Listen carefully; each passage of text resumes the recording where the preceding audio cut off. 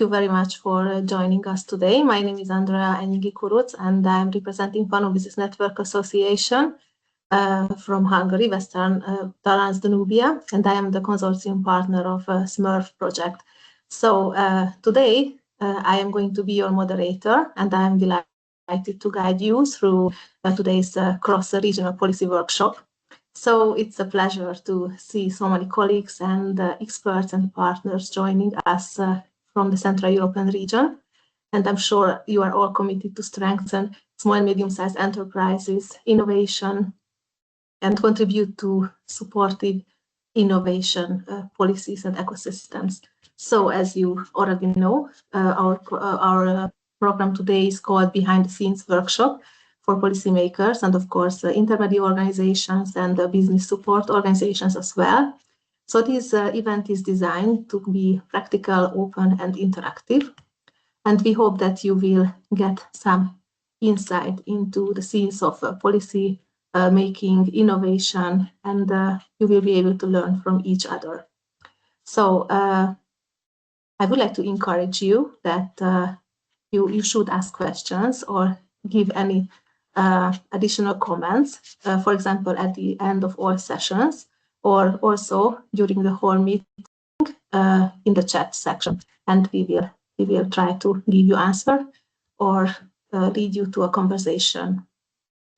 Okay, so thank you again to be here, and only a few words. What is today's agenda? After this introductory part, I will hand over the speech to our dear lead partner, who is presenting you SMERF project results and next steps, and also the mission. And then we will go on with the first session. And in this first session, we have two experts representing Austrian and German regions who will provide us some insight into concrete measures to help SMEs innovate and become more resilient. Then in the second session, we are presenting you short country snapshots. This means that all cooperating partners will provide you information about the regional policies, challenges, and opportunities related to small and medium-sized enterprises. And then in the third part, we will move to the panel discussion, where we would like to bring together three representatives who will have the opportunity, and we are very happy that they joined, and they will share practical implementation pathways and lessons learned. Okay, and in the last final part, we will close the event with some remarks and questions and answers. Okay, thank you very much. So again, if you have any questions, you are welcome to interact with us. And then I would like to ask Mateusz, our lead partner, to for this presentation. Yes, I'm ready. Good afternoon, everyone. My name is Mateusz Molasy. I represent lead partner organization, Wrocław University of Science and Technology. And in a few words, I'd like to present you a general overview of the project and also the background. Let's start with the background. Why is this topic important? Of course, in the European Union, small and medium-sized enterprises represent about 99% of all businesses. But especially in Central Europe, we are struggling with negative social economic impact still of COVID-19 pandemic, climate change-related challenges, demographic trends, migration, and many others. In our research that we performed before launching the project, we discovered that, which is nothing new, honestly, that there is still a low level of innovation and adapting new technologies and new business concepts, new business models in Central European countries. Many organizations adopt these new concepts and models, but they are still suffering with lack of knowledge, lack of capacities, lack of know-how mostly. Also, digitalization of businesses is below EU average here in Central and Eastern Europe. So there is a particular need to support SMEs in adopting these technologies. Circularity is increasing in Central Europe, but many regions here are lagging behind the EU average, particularly in Slovakia, Croatia, Poland, and Hungary as well.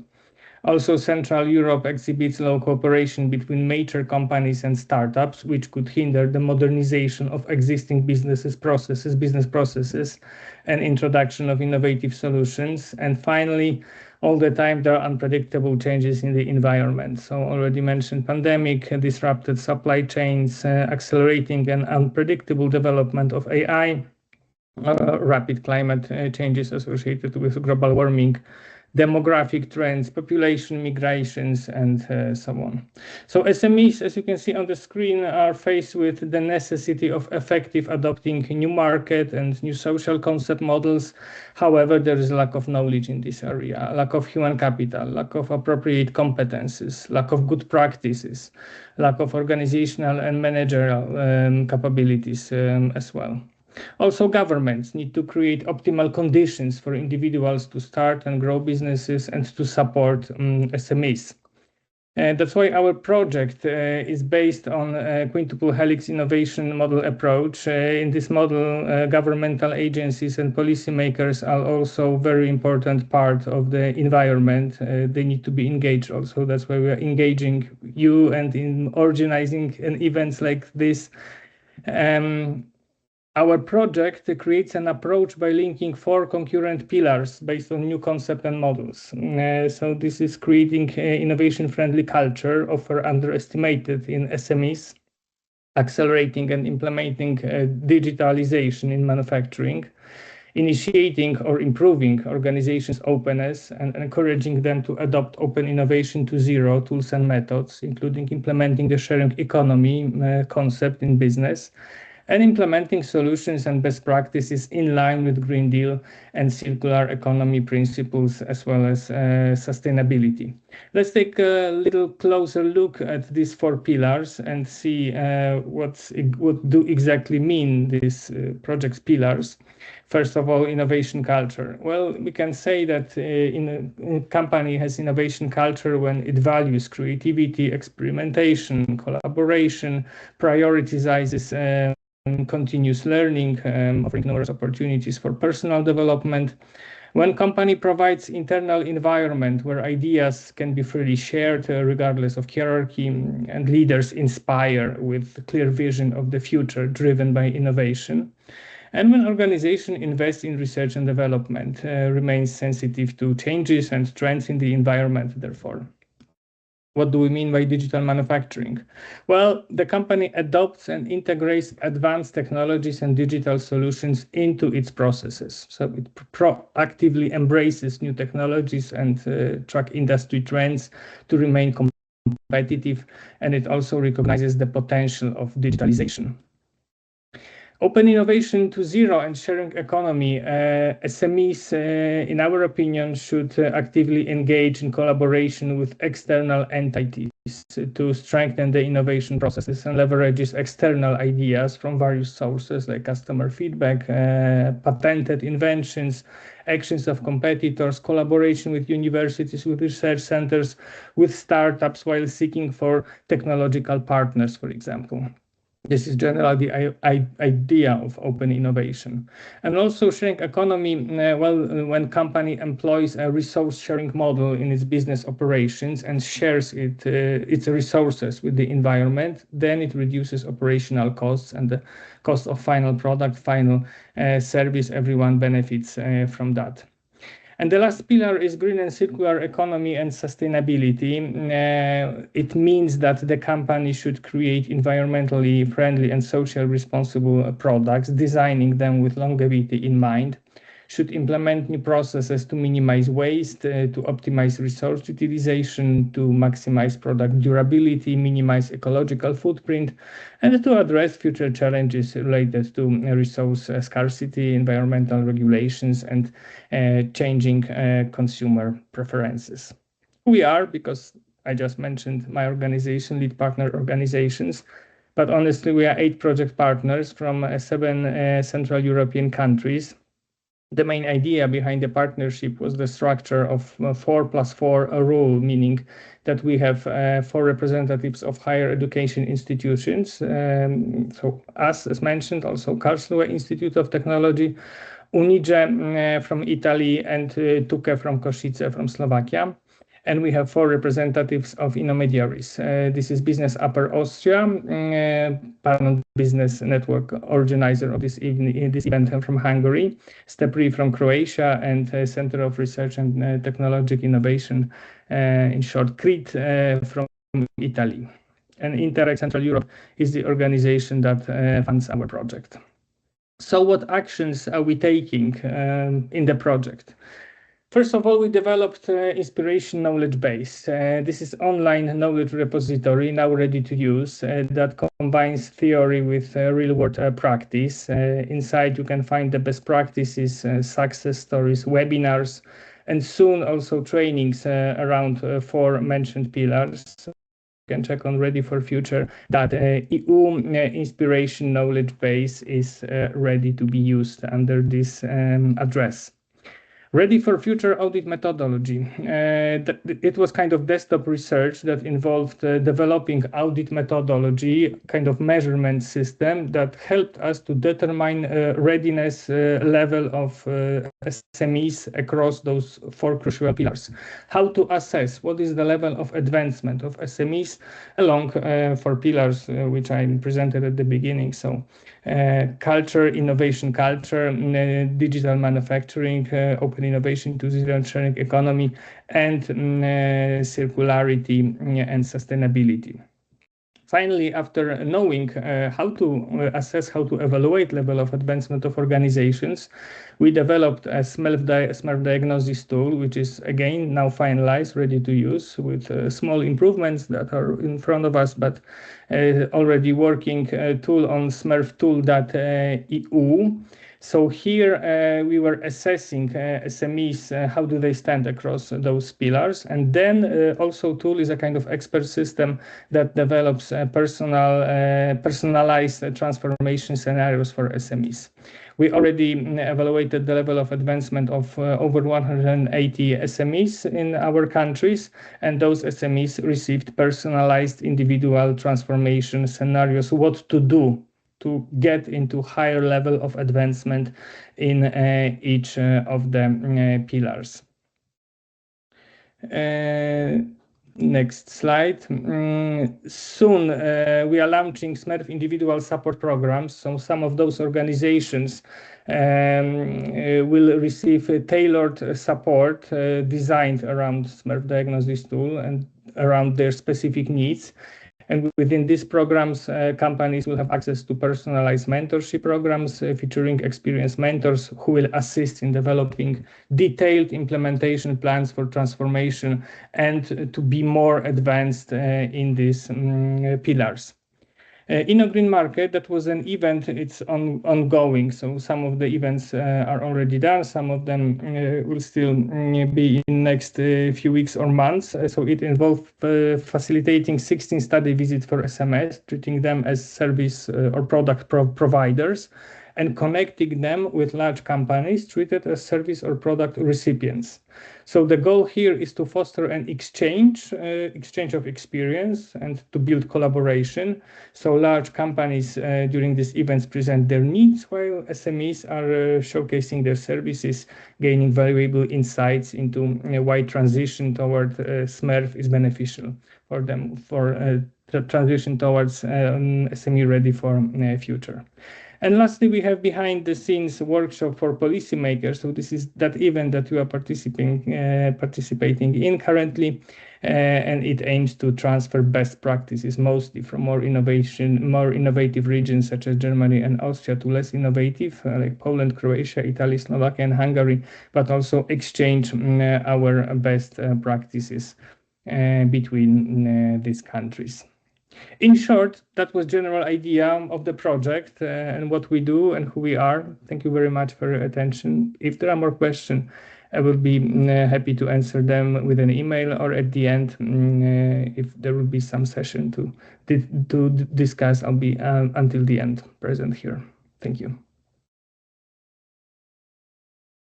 Mateusz, thank you very much for this very interesting presentation. And yes, if you want to check our results, also we can provide you with the presentation later on and links how you can reach these new project products Okay, thank you very much. After the project overview, I would like to jump to our first session, namely the presentation of policy best practices. And here we would like to hear two very interesting summaries of initiatives. And firstly, I would like to ask Dr. Mark Mulek from Karlsruhe Chamber of Commerce and Industry to show us their experiences. Thank you. Yeah, thank you for the invitation. I'll try to share my slides.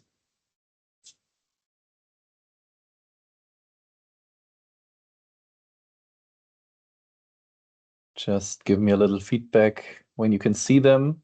Okay.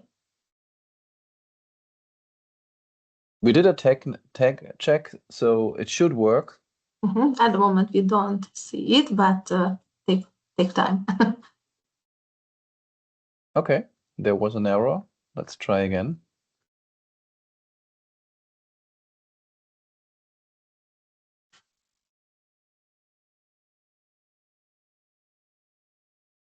So it's uploading a new version. I hope this works. So a few words for me. Thanks for the invitation again. I'm Mark Mulek. I have the team lead here in our chamber organization, Karlsruhe, for the fields of technology, industry, environment, and energy. So you can say 4 of the most dynamic fields that relate to business development every day. And I don't know if you know the chamber organization and its activities, so I'll start with a introduction, what we do. Now you can see the slides. Yeah? Yes, we can see. Yes. Okay, right, perfect. So as you can see, I try to present 3 pillars of our tasks. It's voice, official tasks, and services. And of course, the chamber organization represents the overall interests of our regional economy with respect to politics and society. And we actively co-develop the region and try to capitalize our economic location. The second pillar shows official tasks. So maybe you know that the state has delegated tasks to the CCI, like a self-governing economy. These tasks would otherwise be done by the authorities, for example, apprenticeship, training, or certification. So we take over tasks for the state. And third, and that's for today the most interesting pillar, we offer services to our members. We function as a partner, advisor, and information hub for businesses. And these services include such topics as waste management, AI, IT security, legal expertise, education, or custom forms. So in front of our building here in Karlsruhe, there's a flag, and on this flag is written the CCI, your first address.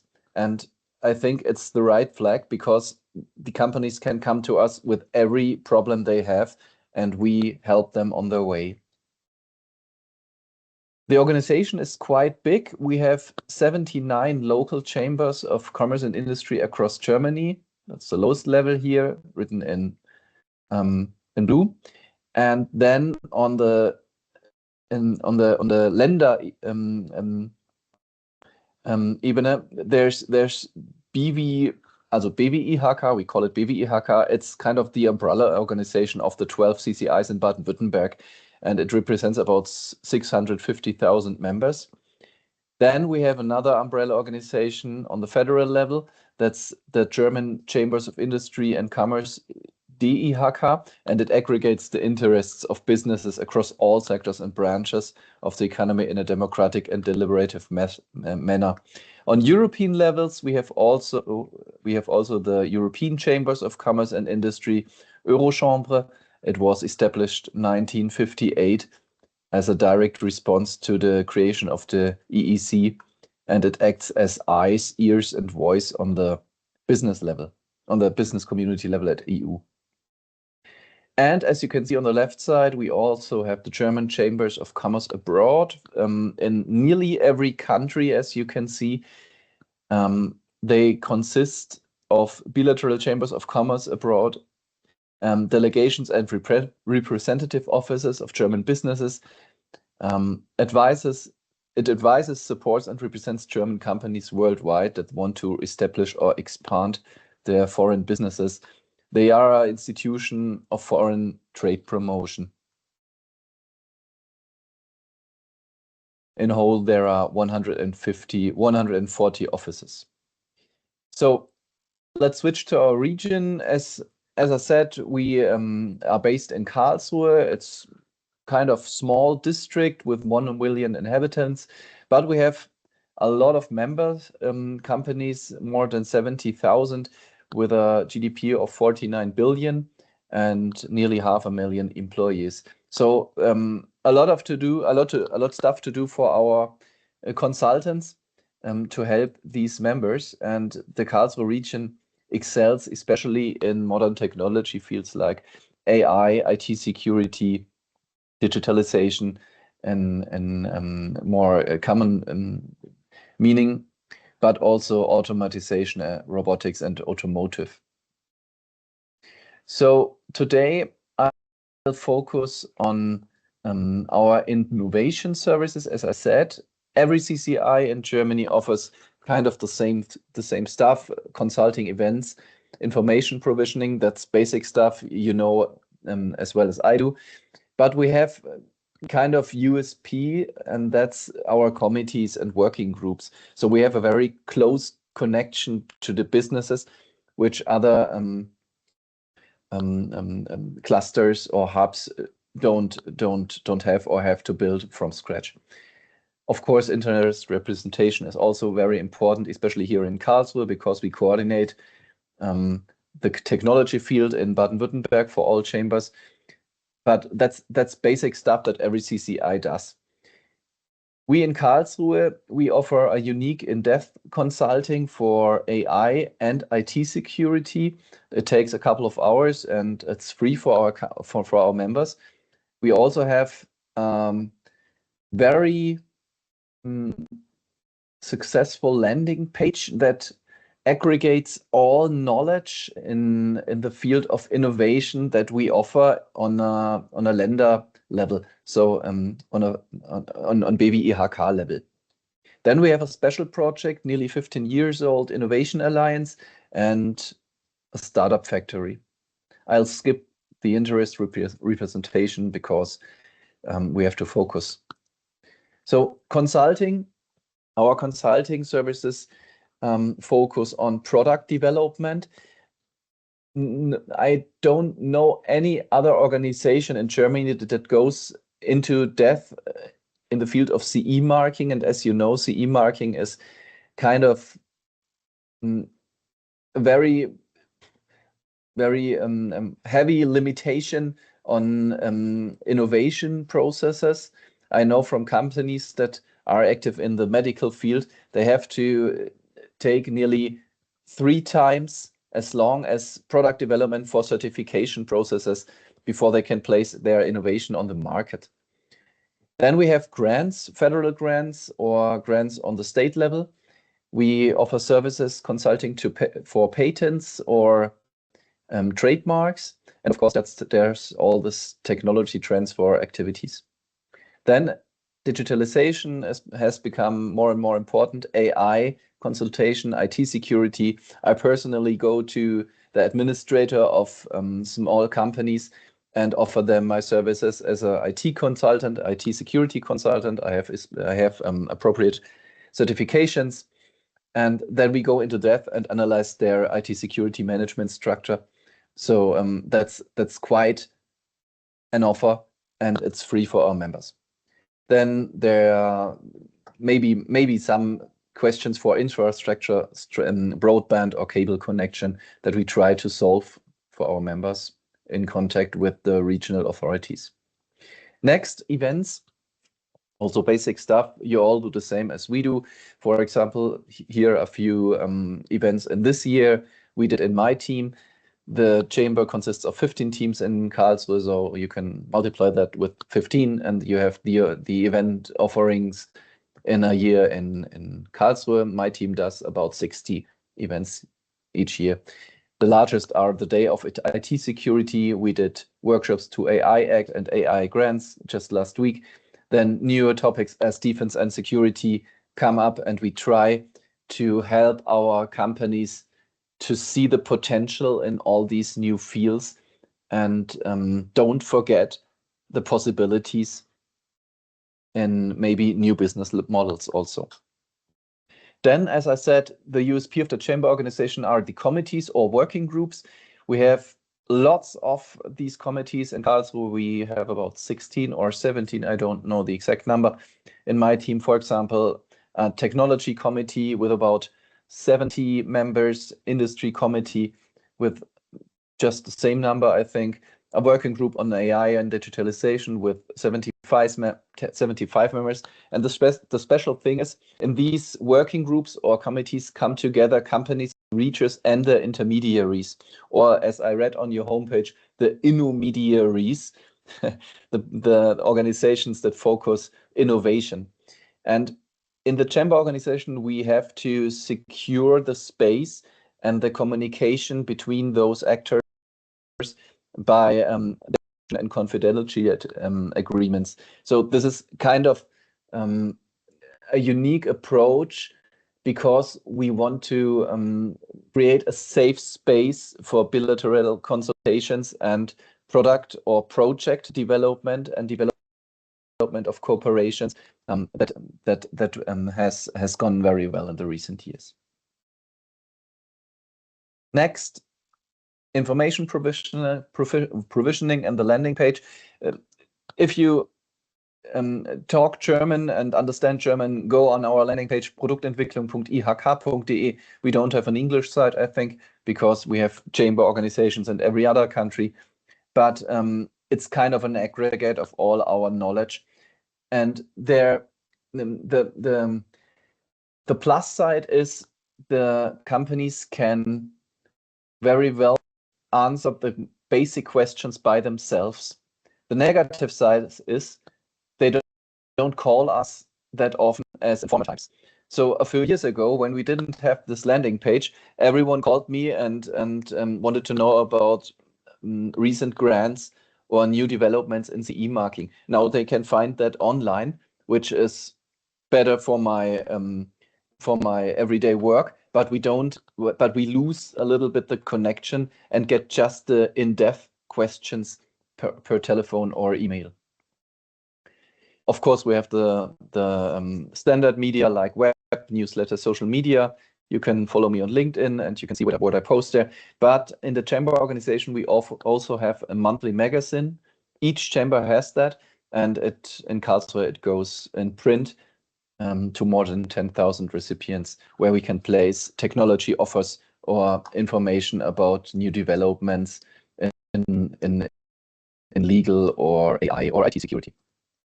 Then we have an incubator, one of the largest and most successful startup centers in Germany, in the eastern part of Karlsruhe, 18,000 square meters.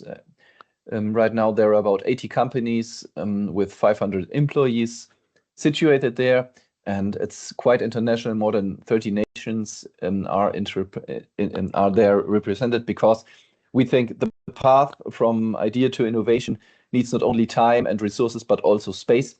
And so we have this facility and in the very next to KIT and other innovation actors. I think the success ratio was about 97%. So nearly every company that was based in the technology factory is still active. That's quite a number. So I think I have about 20 minutes, or is it less, more? It's about approximately 20 minutes, yes. 20 minutes, perfect. Then I'm right on time. So let's switch to Innovation Alliance. That's a project I presented for nearly 15 years now. It was founded in 2011. It's kind of unique.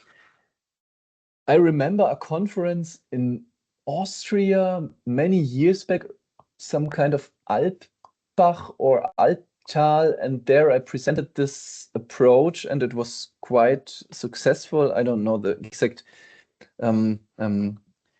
framework, but as you can see, we have tried to build a project with all regional research partners. Those are 7 of the largest in our region, just in our region.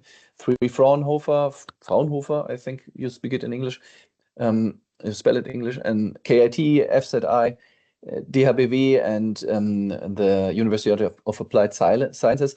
And they came together and founded this alliance and established a common office in the Chamber of Commerce and Industry. So these actors combined have more than 7,000 researchers, and the approach is a SME which needs resources from research doesn't know who to call. It just can't find the right person when you have 7,000 researchers in a 20 kilometers radius. It doesn't work. So we founded this office together with these partners, also free of charge, and we offer various services to promote the technology transfer from research to economy. So the aims are support for the innovation processes, especially for SME. It could be one interesting topic for your project. And then we address both mechanisms for tech transfer. First, there's the tech pool. So we provide fast and easy access to these institutions, not only to the researchers, the new knowledge, but also to scientific infrastructure, testing facilities, for example. Also, we supply the information about new developments in the scientific research and development. That's tech push, as you all know, of course. Let's take a look at the expertise.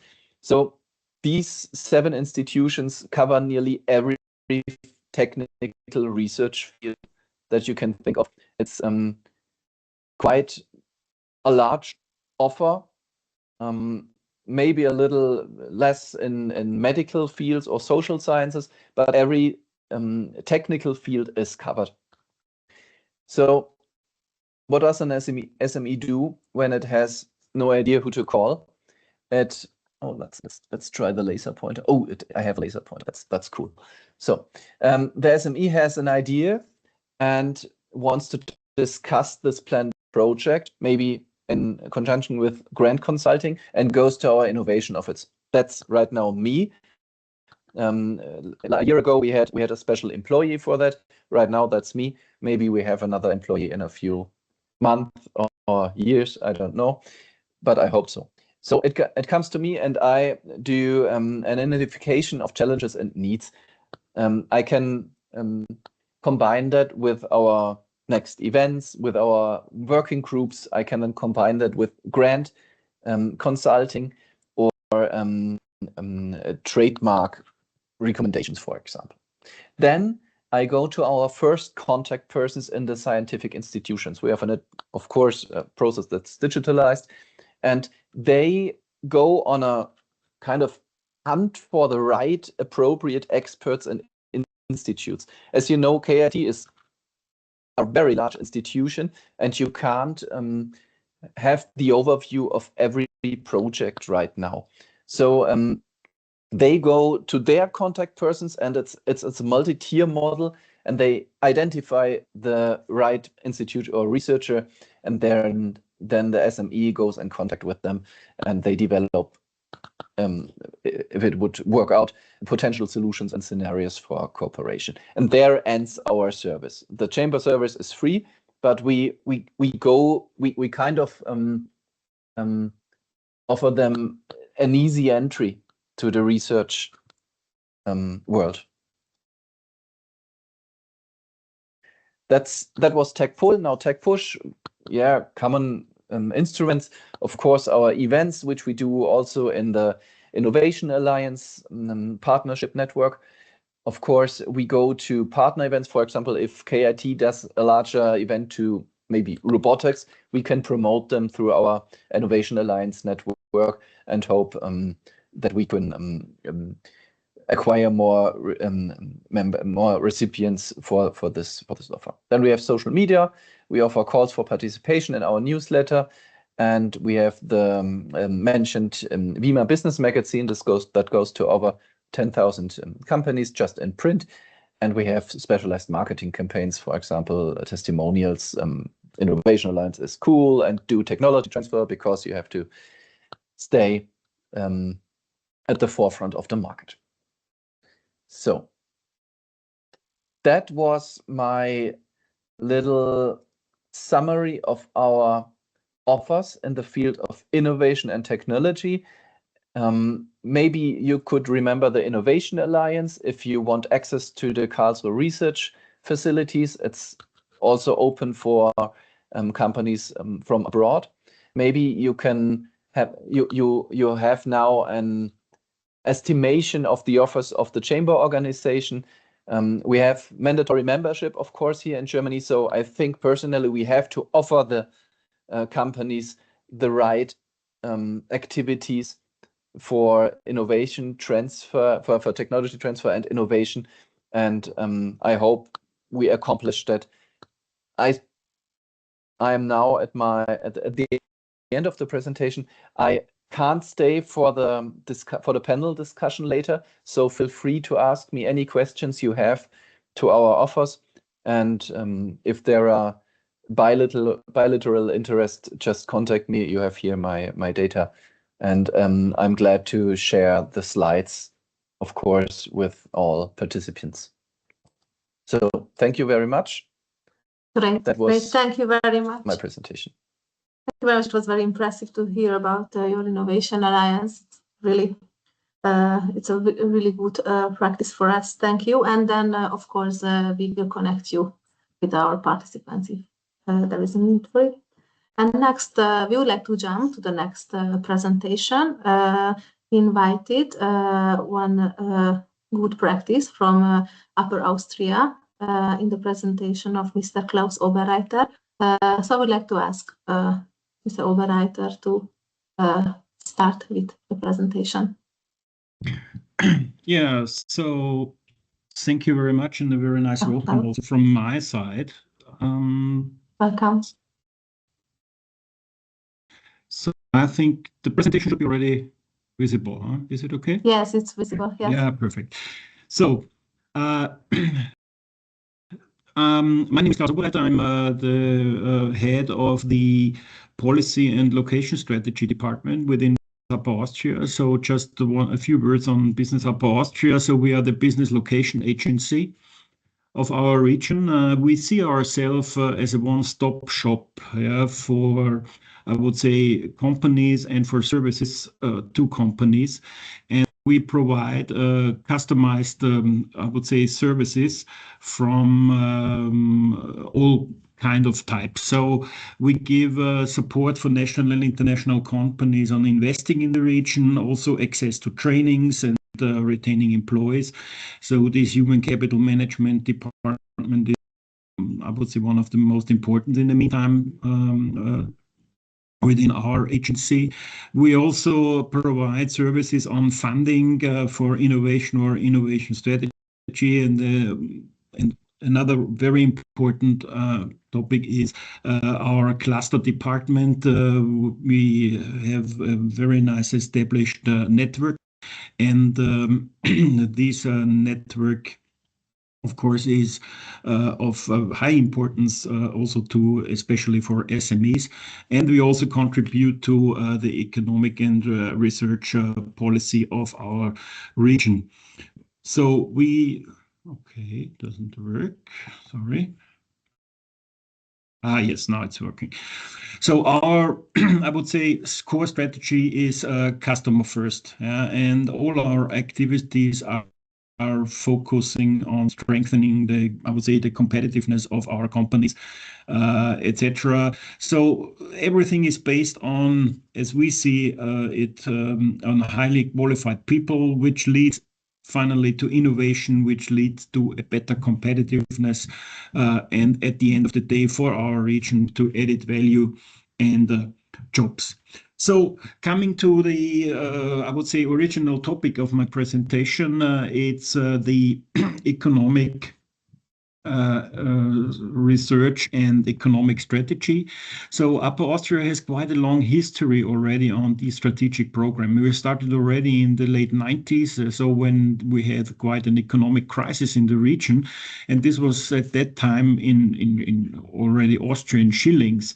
We started with the first strategic program. Now we are already in the fifth strategic program, which is Upper Vision 2030. And just looking on the poor figures, you can say that we had at that time, starting in the late 80s of the last century, with 300 million of Austrian shillings, which was roughly 150 million euros. We are now on project volume, we are now in half of the time, so counting on December 24, on 4.2 billions of euros on project volume. So there was an enormous development in terms of these strategic programs, and I would say the projects and we more or less could start within this framework. With the latest program, and this is something where we had a completely different, I would say, logic. So far, the first four programs were more or less a little bit a thematic framework, but especially also for the allocation of funding and legitimacy of funding measures.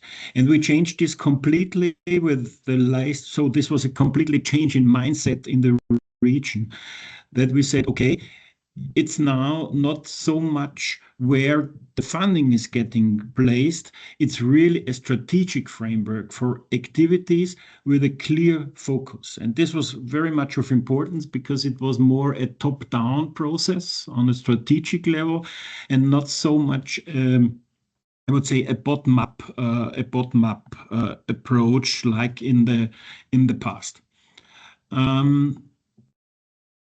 So how was the, here's some, sorry, a little bit of problem with, okay, now it's working.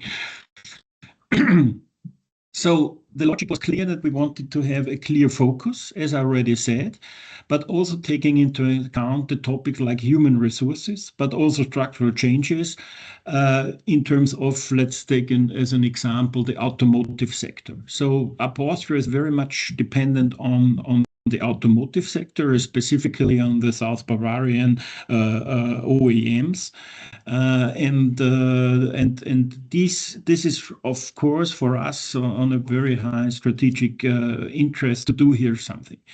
What is also quite important is that we always try to involve more or less all responsible organizations in the implementation process, and this is, I think, one of the best is that you have this acceptance between all the stakeholders, that you manage somehow expectations, etc., etc. And what is also a complete change in the mindset and in the project program logic was that we switched from, I would say, I always call it like a telephone book where all the buzzwords were in. So once the strategic was implemented, then it lasts for 5 to 10 years, and there was not really I would say it was not really a living document. So with the new approach within Upper Vision 2030, we were starting an annual, I would say, an implementation and an annual process. So we were looking more or less, I would say, every year in a clear process. Are we on track? What are the activities? Are they going well? Do we reach our KPIs, etc., etc.? Are there new trends, I would say, on the horizon, which we have to take into account? And what was also for us quite of high importance is that we tried to continue the chain of innovation. So this was a learning also out of the last programs, that we say, if you foster, for example, research or economy, you also have to do something on the education level. So it's nothing without the people. Yeah.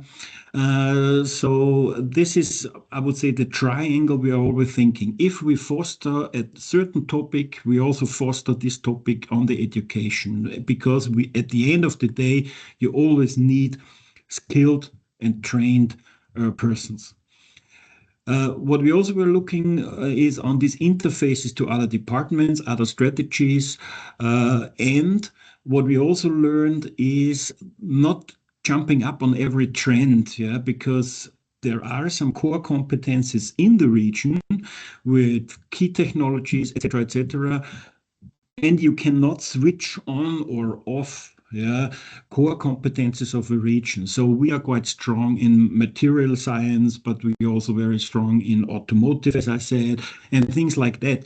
And this is something, because there is any trend, if you do not have the competences in the region or some growing structures, it's always difficult to follow more or less every trend if you do not have the expertise there. So how did we done? And another, I would say, for some of the stakeholders in the region, quite critical was that, as I said, we had a strong top-down process. In the other programs, we had very much a bottom-up approach. But this is something where if you ask your community which trends or what is important for the region, you will always gain more or less the same answers. So that's why in that times we changed completely to a top-down process. But I would say discussing intermediate results, of course, with the regional stakeholders. This was very much of importance. So we started with 61 trends. We were discussing this quite strongly with the external point of view, but then discussing with internal. And so we come up to 4 fields of activities, which are of high regional importance. And these are, I would say, this is our operational framework. So the 4 activity fields are digital transformation, then connected and efficient mobility, efficient and sustainable industry and manufacturing, and systems and technology for the people. And as you can see here, in the center, we established the education and skilled labor, and surrounded by the key enabling technologies and core competencies of the region. So that means advanced materials, for example, ICT, mechatronics, and mechatronical systems. Yeah? So, and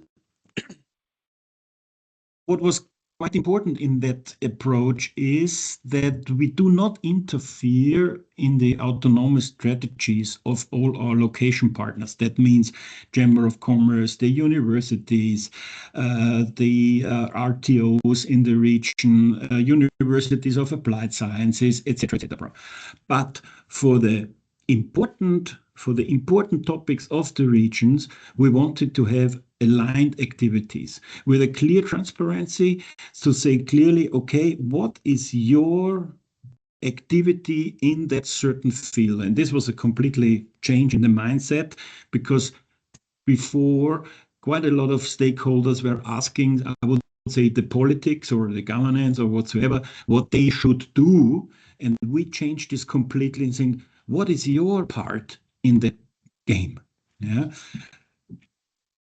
So, and this is our project hierarchy, how we are working more or less every day. As I said, at the bottom, we have this operative project, the daily business. So this is something we do not interfere within the stakeholders. But we are coming more and more with a top-down approach with these lighthouse initiatives. Yeah, where we have a strong coordination, where we say, okay, for example, the structural changes in automotive, this has a high impact on the regional level. That's why we want to interfere very much top-down. On the other hand, we still have on the strategic projects, which is more than daily business, we have a bottom-up approach. This is what I said before. We ask the stakeholders, what are the projects which are, I would say, play a major role in certain strategic topics in the region. And this is completely transparent. So if let's say, the Chamber of Commerce comes up with an idea, the universities or other stakeholders know perfectly, and the goal is, or our role is, that they probably work together. And we have this, I would say, in an annual governance process. So we have these discussion at that time with the politics, which is the dedicated Minister of Economy for our region. We have the location partners, and we have a process coordination, which is very much of importance with the state of Upper Austria, because this is the Department of Economy and Research, where finally at the end the money is dedicated. Yeah? And as I said, we have an annual process where we look very carefully if we are still on track, if we have the right topics in place, if we have the right priorities, what is the status of the projects running, etc., etc. And this leads every year you see it on the right-hand side, in a program book, which is completely transparent. So everybody in the region knows exactly who is doing what. So I just give you one example how we work. So this is, I took the field of action. One of the field of action is efficient and sustainable industry and manufacturing. So during the process, we have clearly defined the goals and the aims and also the KPIs. And what we are looking here is, and this is just an example here, we look very carefully which projects are running in the region in terms of awareness and information, in terms of qualification and higher education, in terms of competence building and expertise, and in terms of transfer to the companies or scaling up.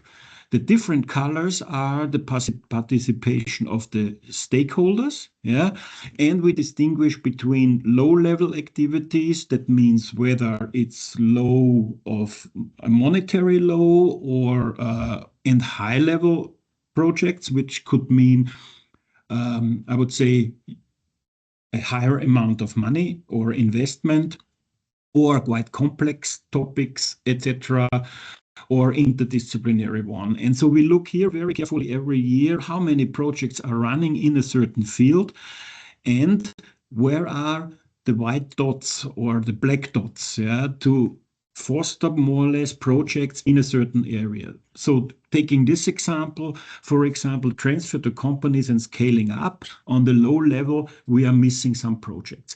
So for the next year, we try to foster specifically these kind of projects. And of course, this is also just an example. We do very tight monitoring, and where we try to, I would say, monitor these fields of activity and look how is the trend going on, if we are right on track or not, and just saying, okay, if there is a certain trend, to look carefully, should we start with some additional actions? Yeah, that's it so far from my side. Very briefly and very, I would say, short. And I'm open for any question also afterwards in the panel discussion. Thank you very much. Klaus, thank you very much for the presentation. It was a very nice insight into your system. I don't know if some of you participants have no questions, because also after each session we have the opportunity to ask if you think we can dedicate some minutes for this now. If you have questions, please raise your hands.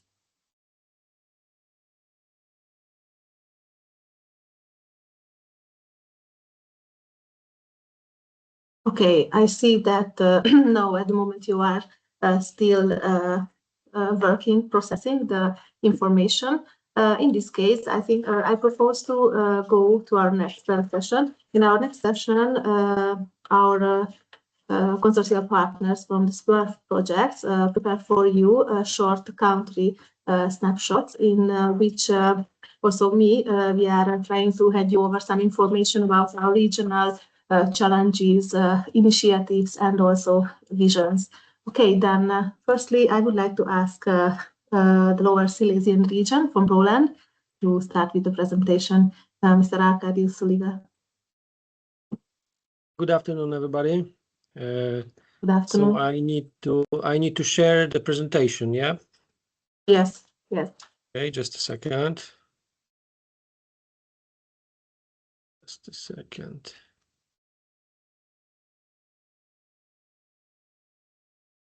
Can you see it?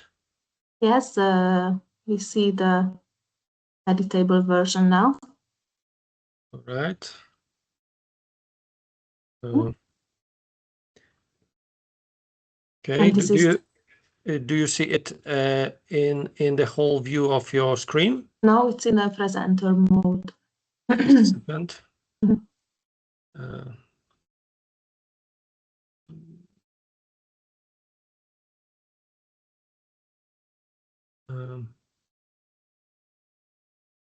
How do you?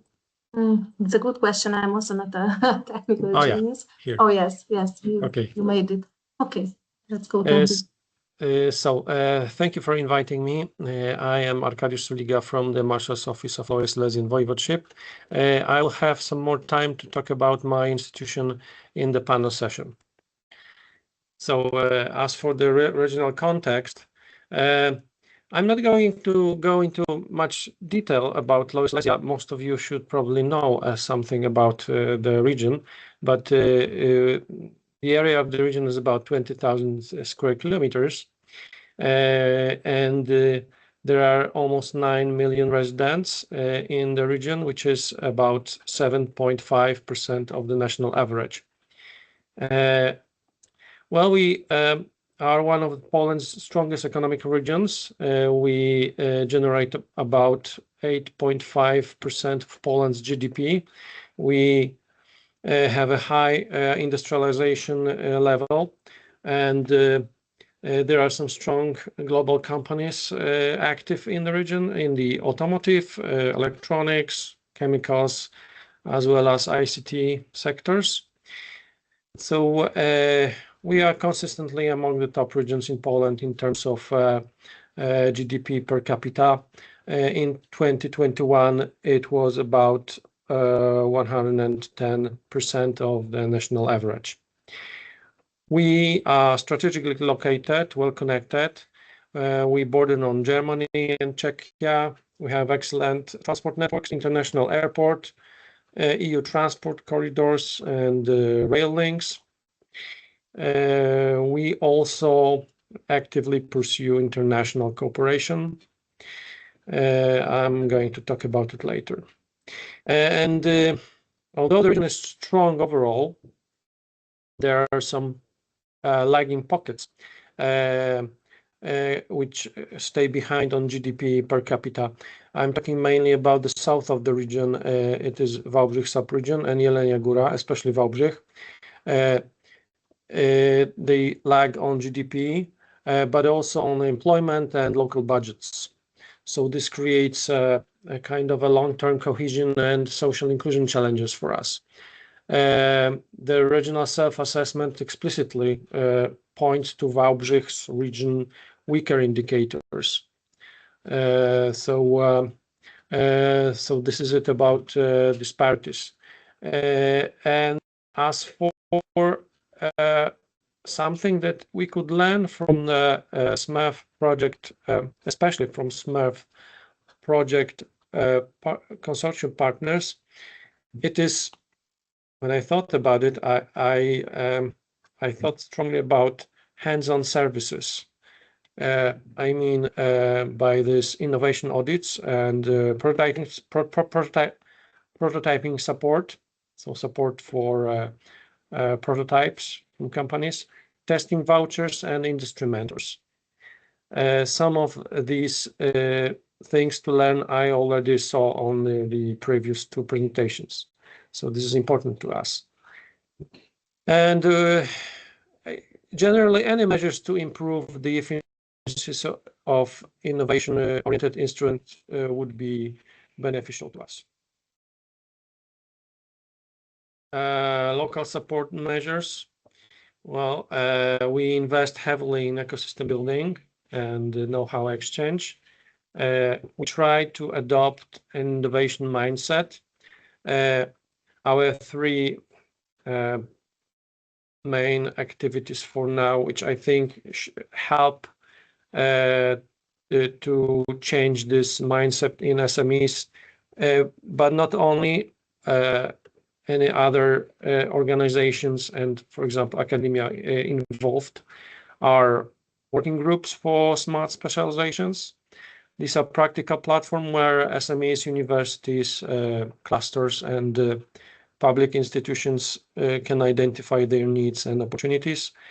A very important thing, entrepreneurial and discovery process. This is an ongoing dialogue with workshops and study visits, which expose SMEs to new technologies and cooperative models, and different innovation vouchers called in Polish Bony na Innowacje. So with these, we hope to gain greater awareness of technologies, potential partners, and modern practices on innovation. And the last one is our success story. I think our project, ongoing project, Innovative Lower Silesia, is worth mentioning here, which deals with these ideas I mentioned. Apart from working group for smart specializations, it also involves group of experts. These are experts who together with representatives of local government, provide strategic guidance and ensure evidence-based policymaking. Our latest contest for MSc as SMEs is also worth mentioning. It's called From Lower Silesia into the World. Within this project, we try to encourage SMEs to take part in an initiative where they present and throughout the course of this contest develop their innovative ideas in the form of products and services. At the end of it, there are some prizes, but it's not important. The important thing is that we animate them, we motivate them to action. And of course, we are talking also about study visits and economic sessions within this project. It's an important part of this mechanism. So I think it's all from me. Thank you. Great, thank you very much. Thank you for the presentation. Okay, then we can go to our next presentation, which is Croatia. I would like to ask Jana, our dear colleague, for this presentation. Hello, everyone. Thank you, Andrea. I will just start sharing my presentation. Give me a second.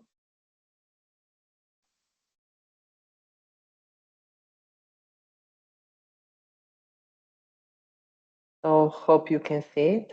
Yeah, it's working. Hello everyone, my name is Jana Blažević-Marčelja. I come from Croatia, from Rijeka, and I will give you a short overview about the county where I come from, which is Primorje-Gorski Kotar County. So basically, our region is a small region. It's about 265,000 residents, but it is quite important as one of the regions that is dealing with sectors like transport, energy, especially maritime and shipbuilding, pharmaceuticals and metal products, and of course, tourism, for which the whole Croatia is quite known. In Rijeka and in the region, there is a strong industrial base, but actually there is a low innovation intensity among SMEs. The manufacturing makes more than 20% of the regional gross added value in the county, but most SMEs operate still with low formal research and development capacity. So what we want to learn from the more advanced regions is how to build a more systematic approach and support SMEs in these innovation processes, and basically to foster stronger cooperation between industry and research, because we know that it is still on some really low levels. For this reason, the University of Rijeka, together with the county and the city of Rijeka, established already in 2009 a FIPRO Foundation, which is an example of a local support measure that exists like it's 16 years, quite a long period. And this measure provides financial support for early stage innovations. We have typically 2 to 3 calls per year.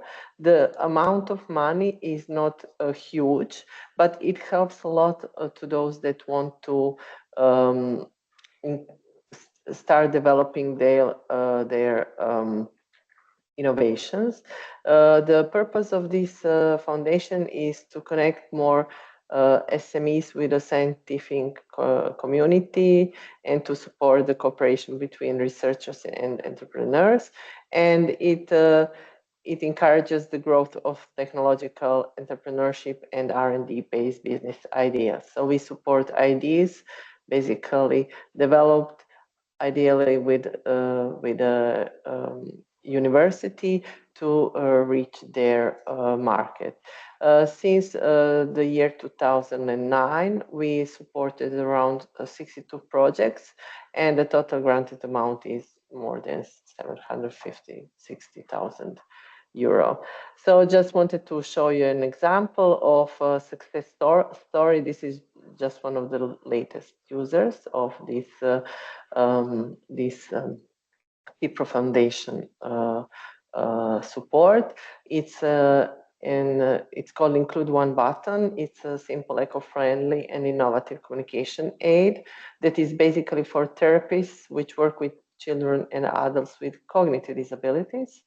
And it looks really simple when we say that it is one button recording and playback of voice, but it's really important for those that therapists that work with people with cognitive disabilities.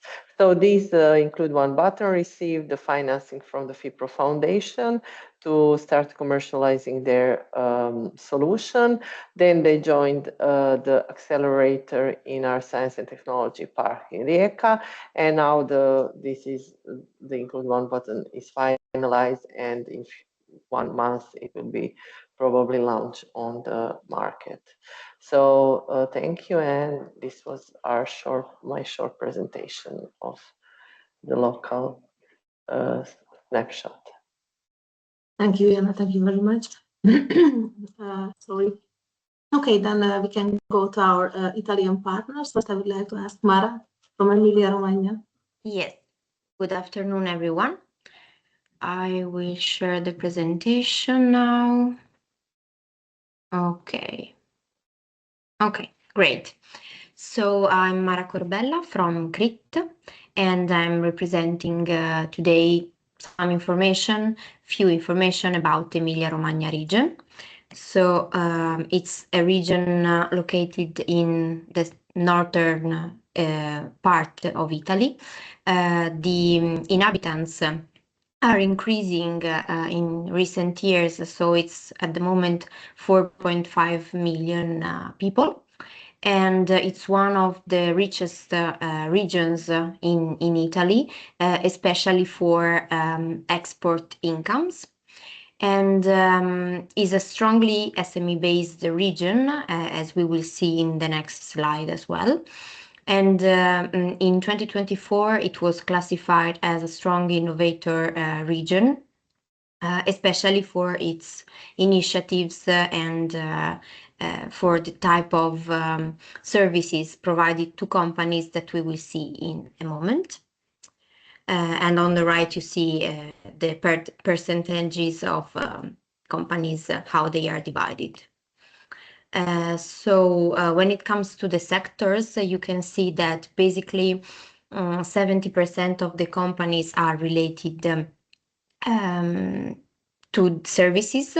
So only commerce it's 21% of the total, but still, even if it's a region that is service driven, it can be considered as well as a production oriented region, since there is still a lot of companies related to construction and agriculture and the production industry. For instance, the automotive sector is really strong in this region. Then I'm going to present you a couple of slides on this initiative by Arter. I have linked some of the information in the slides, which I think will be shared with the participants afterwards. So Arter is a strong consortium and reality within our region, and they have organized and launched this initiative called Matcher in 2019, yes. They already performed 4 sessions, 4 phases, okay, of this initiative. Each one of them is related to a specific topic. So the scope, the aim of this matcher is to support the SMEs specifically to address business challenges by putting them in contact with actors of the ecosystem related to innovation and disruptive technologies in most cases. So, for instance, startups and scale-ups. When creating this match, the company is able to grow and to improve its capabilities thanks to the actor that they have been connected with. And so far, more than 70 companies have been supported in the 4 editions of this matcher. And the topics, as you can see here, so the thematic challenges were smart mobility, Green Deal edition, human-centric innovation, and the last one last year, data-driven innovation. I also have a slide for a specific best practice, a success story related to this small company from Nonantola. It's called Idraulica Sighinolfi Albano, and it was founded in 1973. And thanks to the Matcher initiative, they've been able to experiment and to include in their production process new sustainable coating technologies. And that led, as you can see, to growing turnover, reduced emissions, and improved worker safety within the production line, which is related to customized hydraulic cylinders.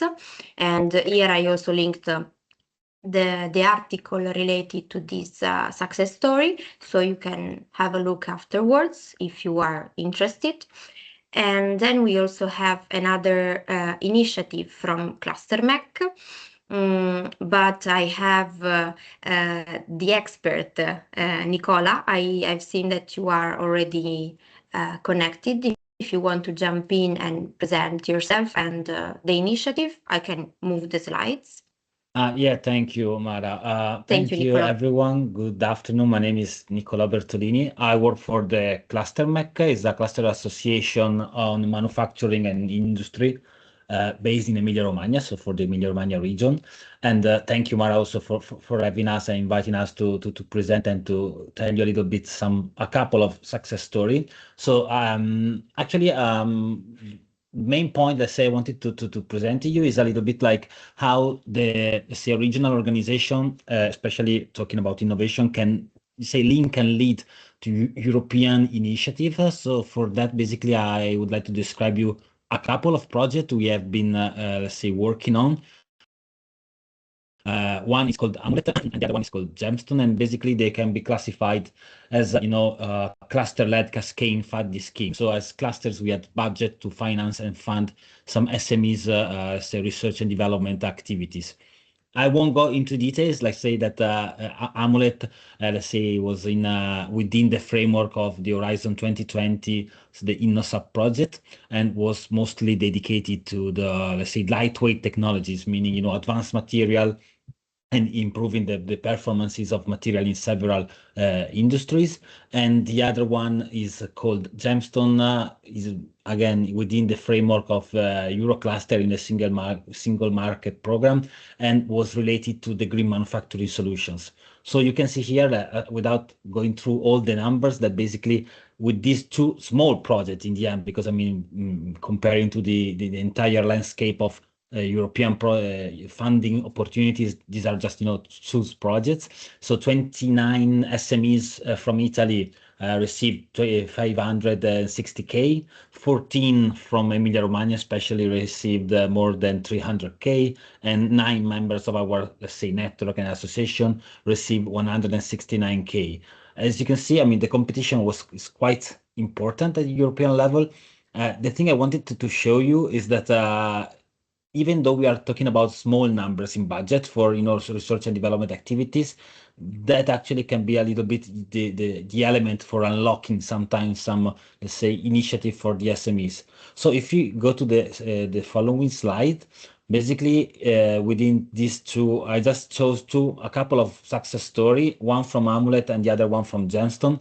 Both of them were projects organized and managed by 2 Italian SMEs companies coming from Emilia-Romagna. The first one in Amulet is called MFRB, so modular fiber reinforced battery. We were talking about advanced materials, and basically what really, then I think you will have access to the slide, but basically they created new modular battery in a composite case for let's say electric mobility, with improved performances in safety, in weight.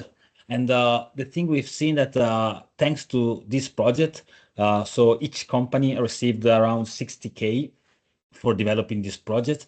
Basically, they were able to bring from TRL3 to TRL7 the product in the case, and also, let's say, secure some pre-signed contracts. So let's say that they were just waiting for that small amount of money to unlock everything. And actually, this led, for one of the companies had also opened a new manufacturing site. They started the certification process, and almost recently, one of the 2 companies received the investment and was bought basically by a big group from an Italian big group in the industrial machinery. The other case, sorry, there is I didn't change. Is not MFRB, modular fiber reinforced battery. Actually, the title of the second one is a different one. It's called Mechatronics. Basically, 2 Italian companies from Emilia-Romagna received some funding in order to create these new, let's say, IoT solutions. In really simple words, basically the idea was, okay, the system, the machine, through a wearable watch that the operator could wear, the machine was adapting, their functioning according to the physical presence. So they could also, let's say, make the machine work only when it was necessary, in order to, let's say, reduce energy consumption and safety. Again, I've been in touch with this company. Let's say they received, again, in this case, I think around 40K each, so it's not that much of an amount, but they were able to, let's say, bring again this solution on their own operations. So now, let's say, it's something useful, and they are using that in the production processes. So really briefly, that was the couple of examples. So when clusters, when regional organization can link eventually to European funding project or European funding opportunities, this can unlock something and can also be really useful for the regional coverage. Thank you very much. Don't know if you have any question, maybe later. Thank you, Niccolò. Yes, I think they will have space for questions later, but of course, if there is something now, we have time. So thank you, everyone, and thank you, Niccolò. Thank you for both of you. Thank you very much. And okay, we can go to the next presentation. Also from Italy, I would like to ask Federico from Liguria to present his information. Hello, everyone. Can you see my screen? Yes. Okay. So I'm Federico Manara from the University of Genoa, and I will present a snapshot about Liguria, another Italian region. So Liguria is a region placed in the northwest of Italy. Is a small coastal region with a population of 1.5 million inhabitants. And as an economy which is mainly based on the sector of maritime, logistics, energy production, and high tech.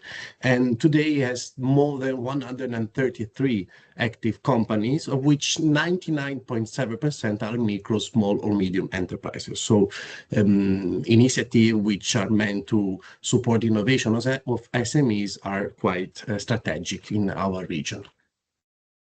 So talking about the leading sectors, I will mention first the maritime and shipbuilding with companies, great companies in Liguria like Fincantieri, Baglietto, and Rina that range from the production of large shipment to certification and engineering of advanced naval systems. So this regional specialization, of course, shapes a lot of the regional industry and therefore drives the innovation opportunities and necessities across the supply chain of this industry. Then I want to mention the port and logistics with the Port of Genoa system, which involves different cities of our region, which is rated number 1 in Italy for the volume of container per year and is ranked, depending on the year, in position 10 to 12 among the top European ports. So this port generates a strong demand of digitalization and automation and sustainable logistics solutions for those SMEs which are involved with the port, so working in transportation services, handling of materials, and are also, of course, providing the necessary digital platforms. So moving to the last sector, I mentioned high-tech research because we have companies in Genova and in Liguria in general, which are specialized, such as Ansaldo Energia, on the production of energy plants. So they produce, for instance, gas turbines, but they also make research and produce products for nuclear plants as well. And the research side, mentioning the Italian Institute of Technology, which is based in Genoa and is one of the major centers in Europe for robotics, AI, and advanced materials. So thanks to the combined presence of both the Italian Institute of Technology, but also the University of Genova with its expertise, there is an emerging ecosystem which is always referred as the Robot Valley, which is taking shape in our region. And it connects the research side from the institute and from the university with an ecosystem of companies, startups, and SMEs working on advanced solutions for robotics and automation. And this system is strengthened by the RAISE project, which is based on is funded with European resources. So having a look at some of our local support measures, I will mention first the FILSE, which is operating since 1975 on supporting the SMEs of our region. And it managed grants and financial instruments for digitalization or innovation toward Industry 4.0. And helps many SMEs in adapting new solutions and advanced manufacturing technologies. And to bring some metrics, I will mention the 15.5 million euros invested in innovation infrastructure between 2017 to 2020, also including infrastructure research structure for the Italian Institute of Technology. And I will also mention that there are more than 500 organizations, including SMEs, startups, and companies, which are collected in a regional cluster for innovation. Then I will mention the DHI Liguria, Digital Innovation Hub, which provides specifically support for the digitalization of companies and SMEs. So provides assessment, trainings, and expert supports for IoT, robotics, AI, and data analytics. And it also works in connecting the SMEs with the high education institution, with the UNIGE and the IIT, to accelerate the innovation. And I will mention that right now in Liguria, 52% of the SMEs are using cloud services, which is a bit above the European average.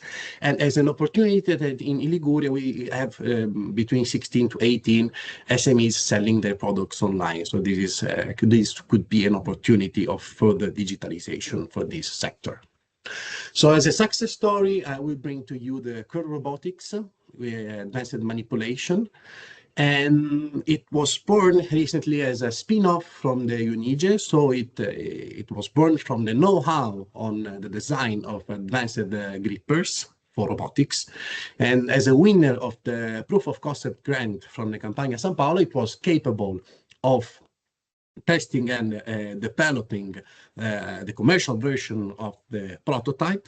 And now it managed to bring to the market an adaptive gripper designed for food handling and agri-tech and delicate industrial operations. So, and also right now it can get access to the EU robotics, which is an ecosystem through the European Union that grant access to robotics and the AI knowledge.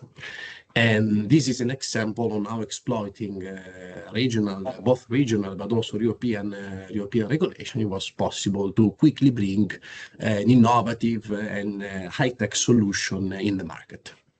And from Liguria, this is everything. I leave here my contact and also the contacts of my supervisor, Giovanni Berselli. Great, thank you very much, Federico. It was a very interesting case, and also the information about the region. Thank you very much. Okay, we have two country snapshots left, Slovakia and Hungary. And first, I would like to ask my colleagues from Slovakia to present their region. Good afternoon, colleagues. By my side, greetings from Košice region. I will share my screen, just a second.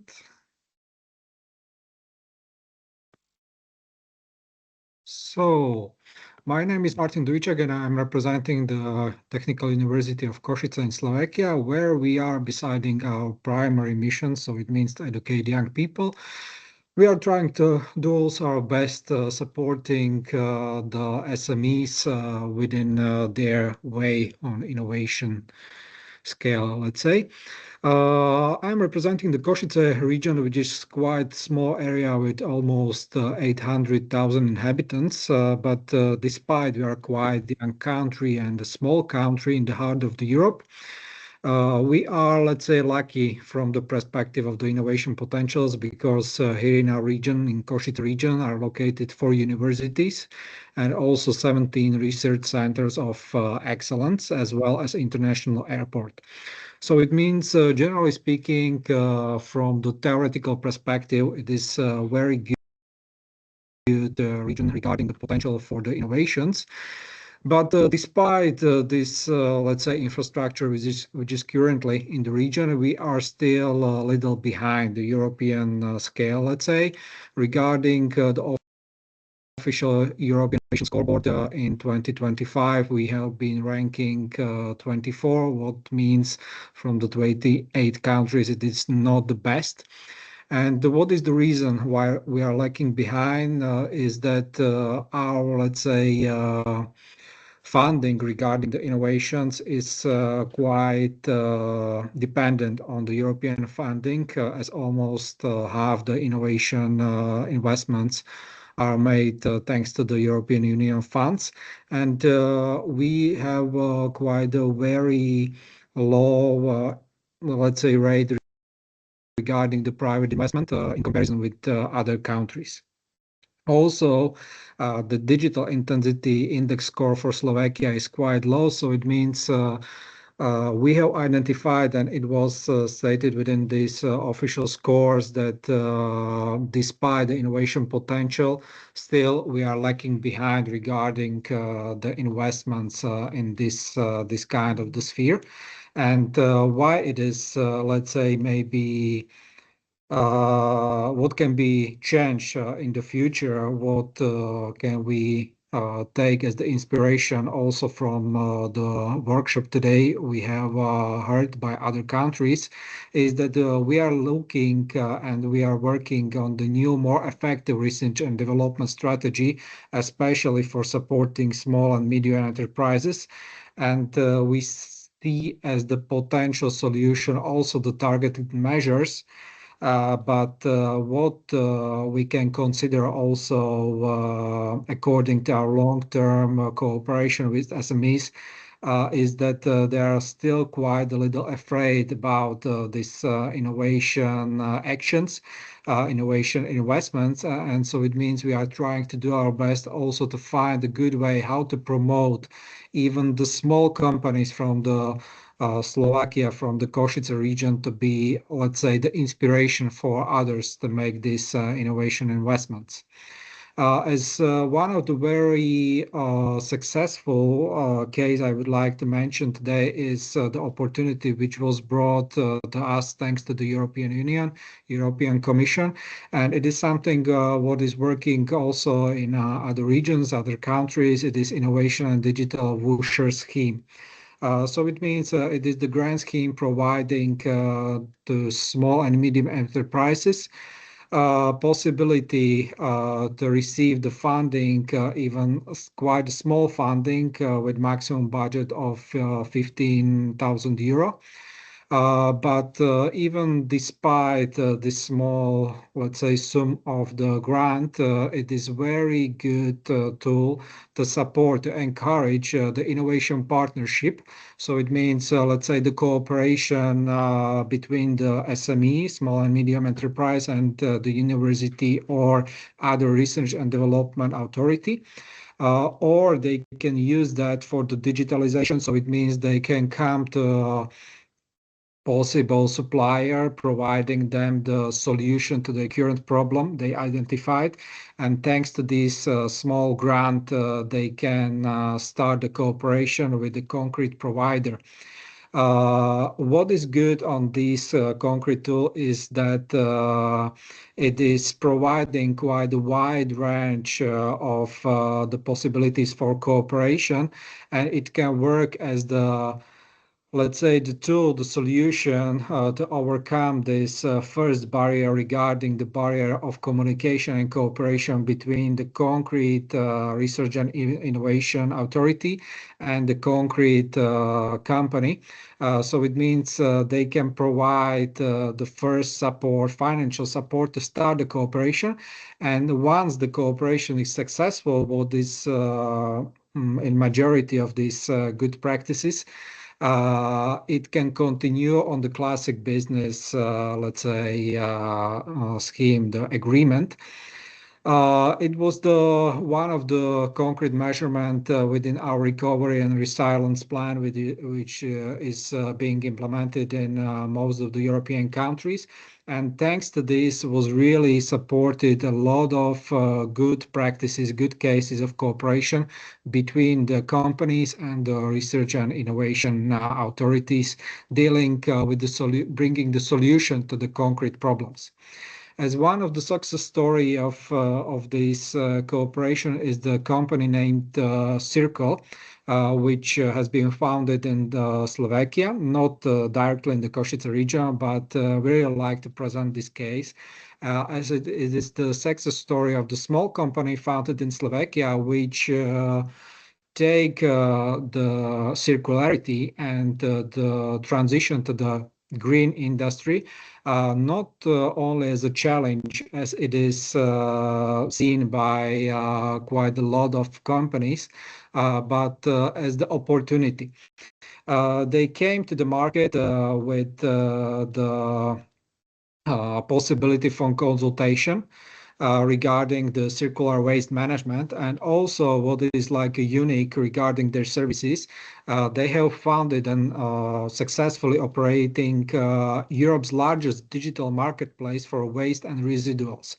So it means they are providing the analysis for the companies. They are analyzing what is used as the input for the production of the company and what is being created as the output, considering the being the waste or the residual, what can be used for further production or for other company. As we know, it is said that the treasure of somebody is the treasure of somebody else.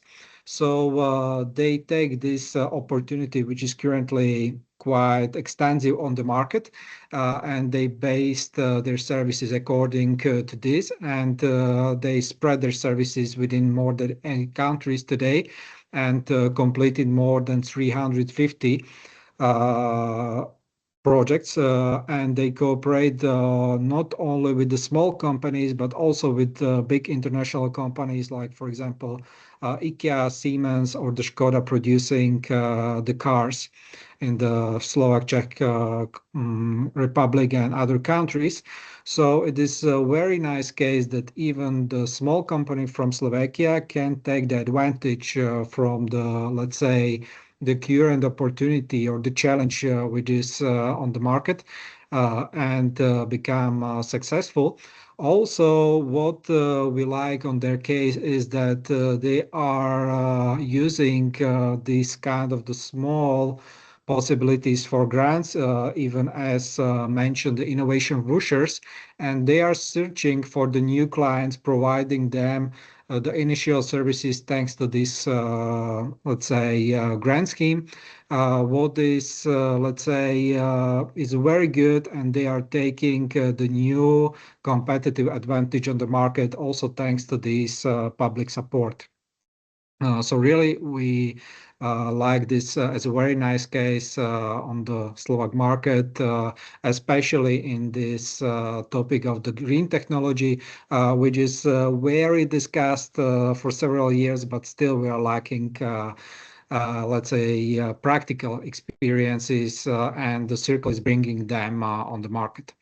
So if you would like to discuss a little more about the concrete situation in Slovakia, please don't hesitate to get in touch with me. Thank you. Martin, thank you very much. I'm very happy that you mentioned this example from green and circular economy and sustainability, because it was nice also hear also from this part of our project topics. Thank you very much. Then if I'm not wrong, then this is my turn, because I also would like to add our part to these country snapshots. I would like to present you Hungary, the Hungarian West-Transdanubian situation. Just a moment.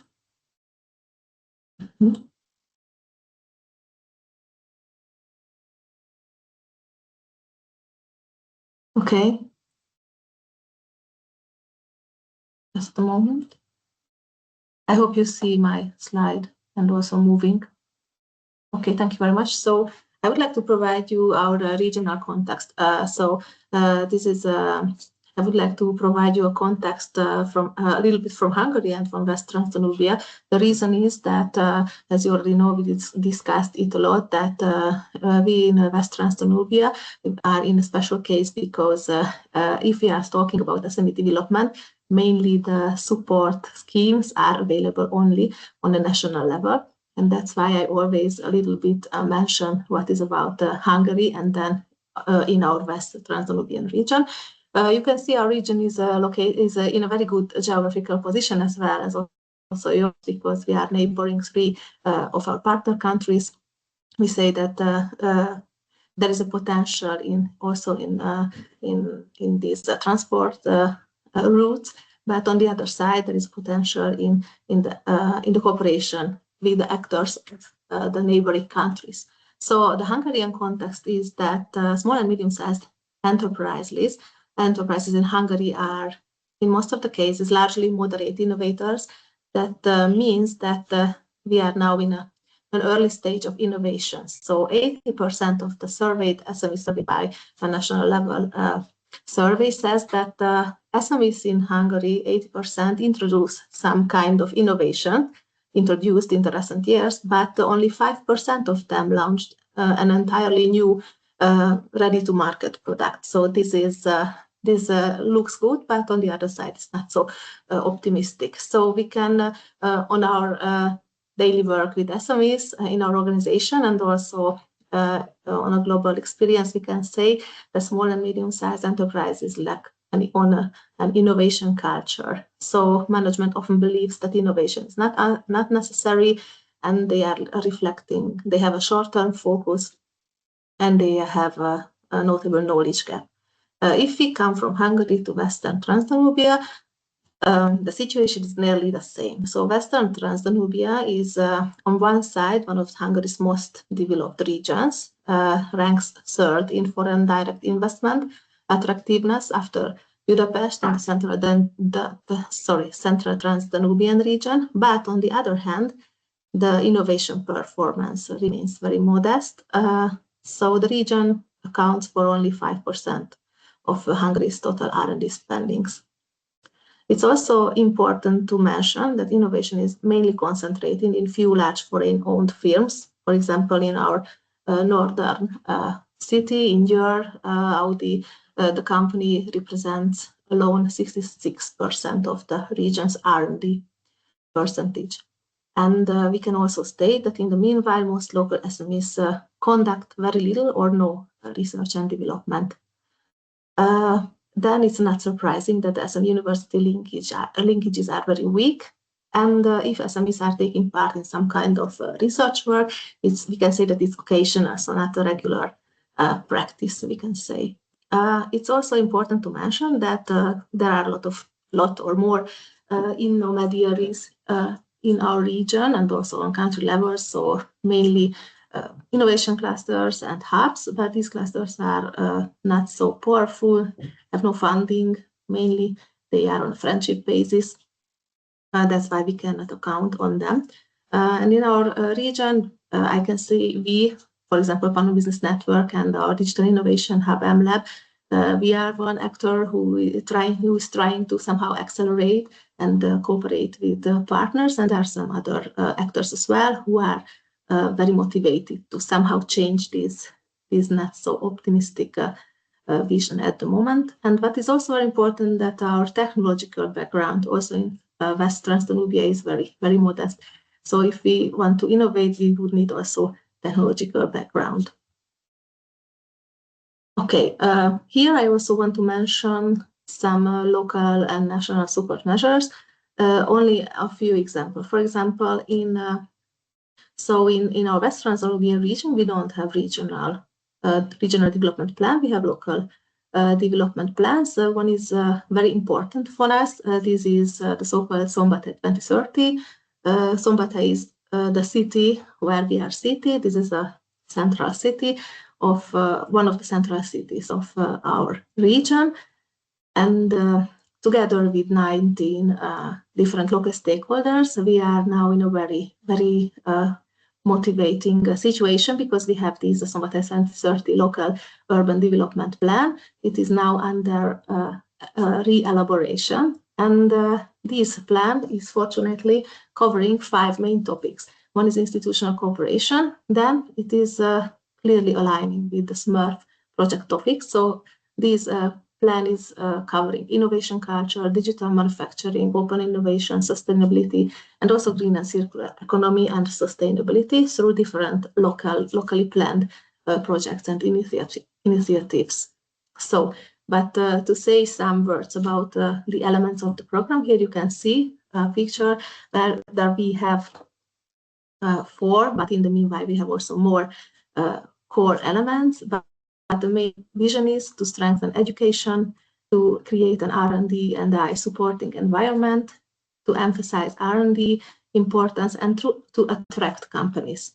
On the same time, it is also very important that we capitalize somehow our knowledge we gained from our international cooperations, and we also started new collaborations with different institutions from abroad, from Austria, for example, where we would like to launch bilateral actions with the same aim to somehow make our region, as I also wrote here, to improve quality of life, to reach a higher educational level, to provide R&D surrounding, and to foster industry cooperations, industry and business cooperations.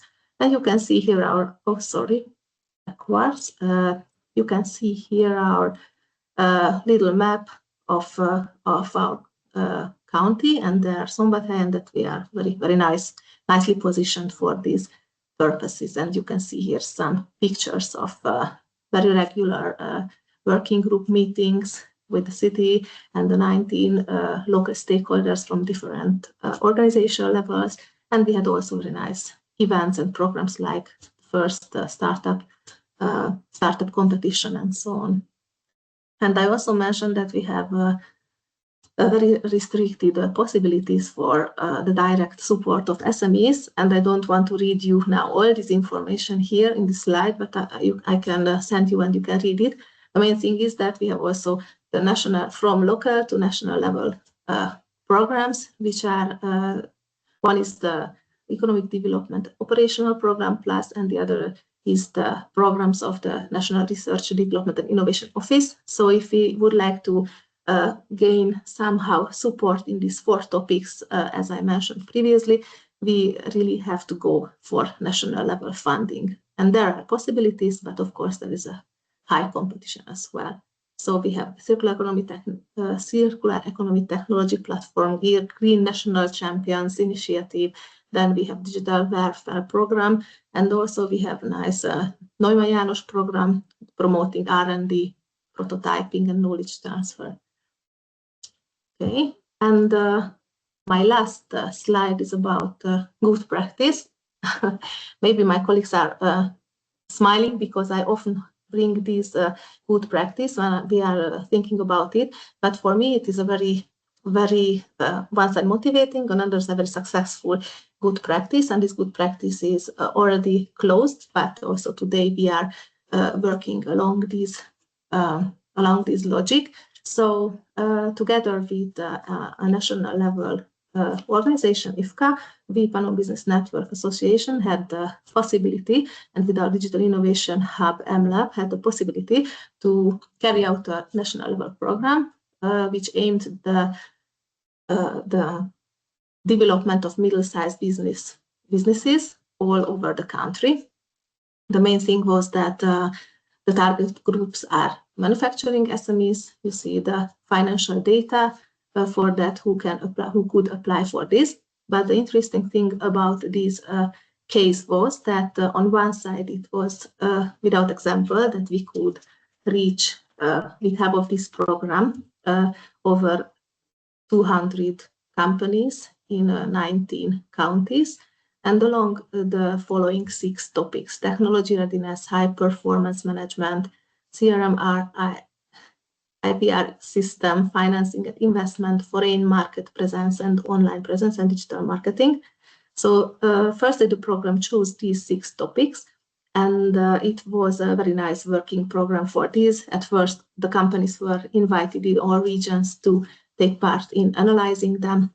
After this, personal mentoring, on-the-job management coaching happened, and finally, companies got the possibility to take part on international study tours. This was one part, and the other part was also that they were connected to online trainings. They could participate on Industry 4.0 factory visits. And the on-the-job management coaching meant also that they could receive personalized mentoring in product development, for example. And you can see here some key results, but I won't read them all. You can do it if you have the presentation. So from Hungarian side, this was my presentation. Thank you for your attention. And we are very good in time. And related the meeting, I can propose that maybe if you have some questions now to related the country snapshots, you can do it now. If not, then we can go to our last part, which will be the final discussion.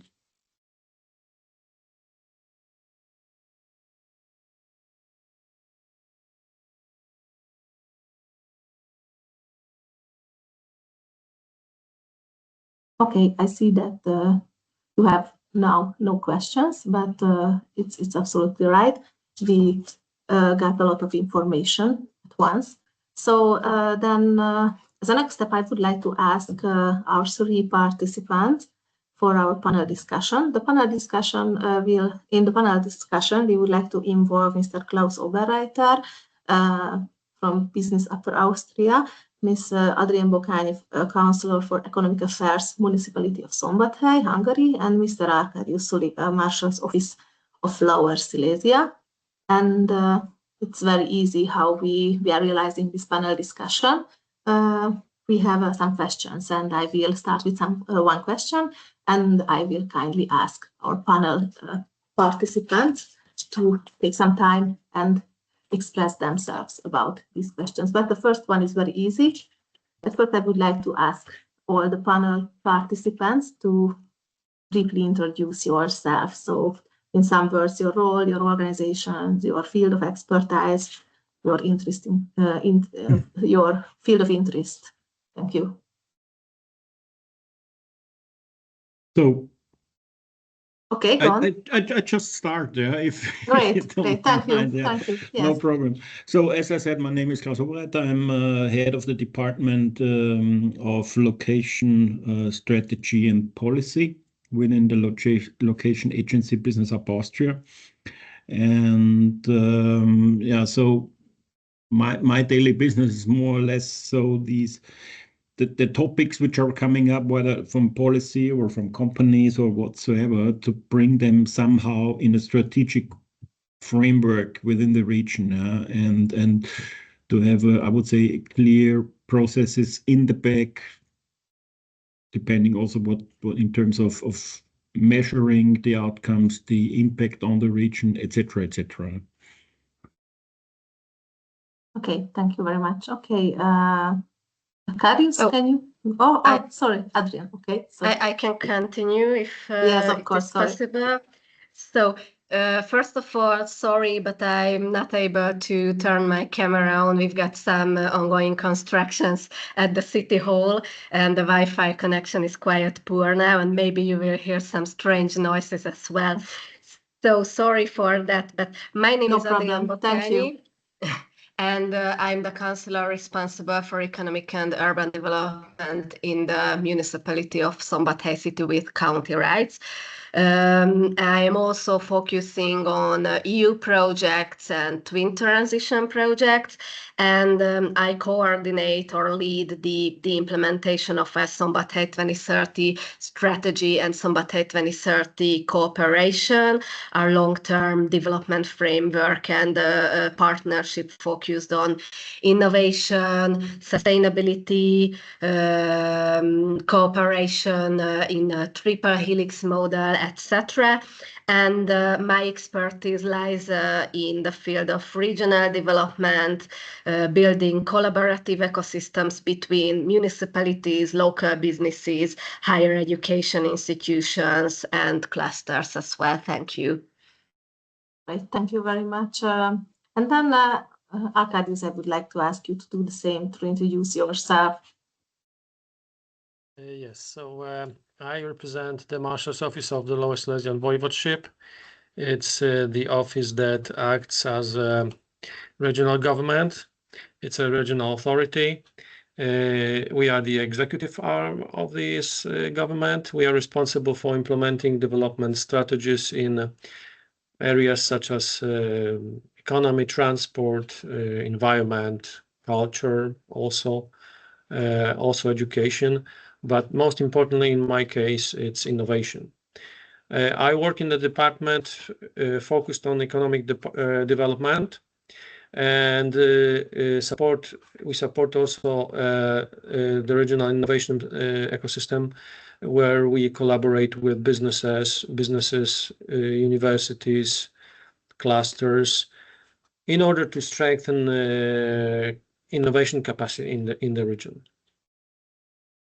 Thank you very much. Okay, then I would like to ask you the first question, which is not related to introduction, and I would like to ask you that you express your meaning, and this you have in the meanwhile meaning to your partners information. Then you are feel free to discuss. So looking at the four pillars which we are discussing in this project: innovation culture, digital manufacturing, open innovation and sharing economy, and green and circular economy. So what do you see as the biggest barrier SMEs face today when trying to innovate? So what is the biggest barriers for SMEs, if I want to formulate shortly? The biggest barriers are financial. The costs of digitalization, green transformation, R&D cooperation are often too high for especially smaller firms. We also note organizational challenges in the form of limited staff, shortages of specialized skills, but also shortage of sufficient managerial capacity to plan and carry out innovation projects. There are also some cultural risks, barriers, especially related to the aversion of risk, and it finds itself it manifests itself in the limited involvement in collaborative innovation, particularly among micro and rural businesses. The businesses just are very sensitive to share what they do for fear that they might be copied. And my final remark about barriers is regulatory complexity, especially related to environmental and sustainability requirements. They add another layer of difficulty. So addressing these barriers in a coordinated way, it's either through targeted support or through initiatives linked to internationalization or stronger cooperation within the existing ecosystem. It's our job. It's what we do, and it's our core regional priority. Great, thank you very much. Then I ask you to reflect to this or present your own point of views. Probably I would reflect on that, and honestly, I fully agree with the topics which were said. But from if I want to, or if I should think a priority, it's for me, it's quite often it's financially, fully agree.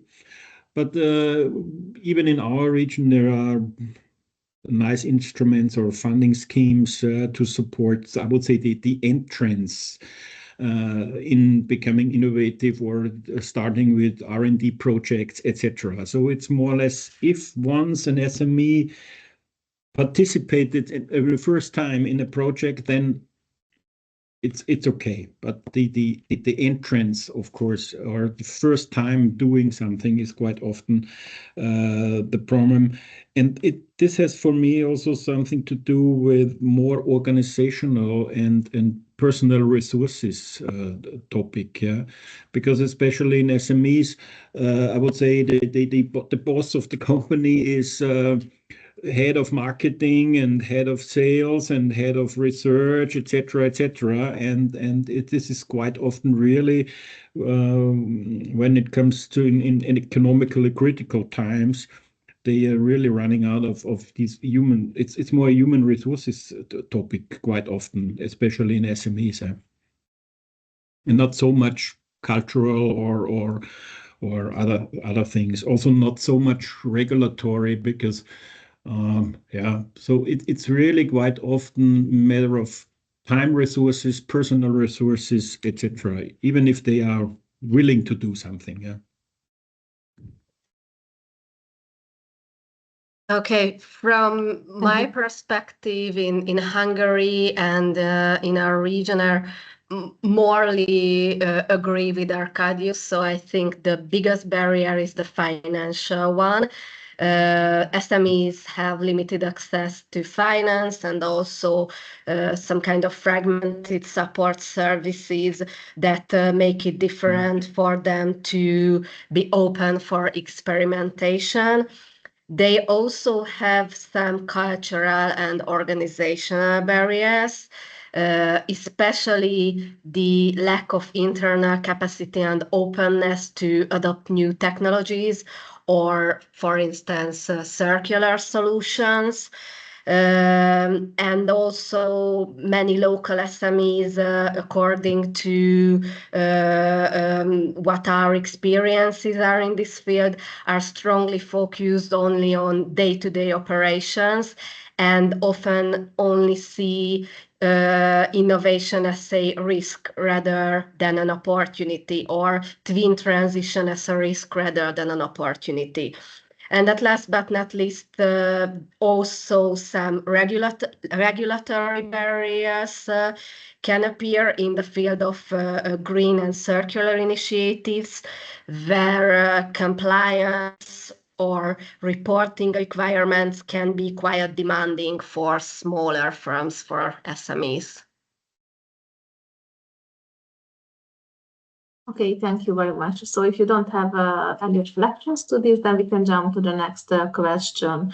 So this question is more about collaborative models. So from your experience, which form of collaboration works best in practice? For example, SMEs working with higher educational institutions, or SMEs working with clusters, intermediate organizations, or public authorities. So what factors make these cooperation models effective or ineffective in your region?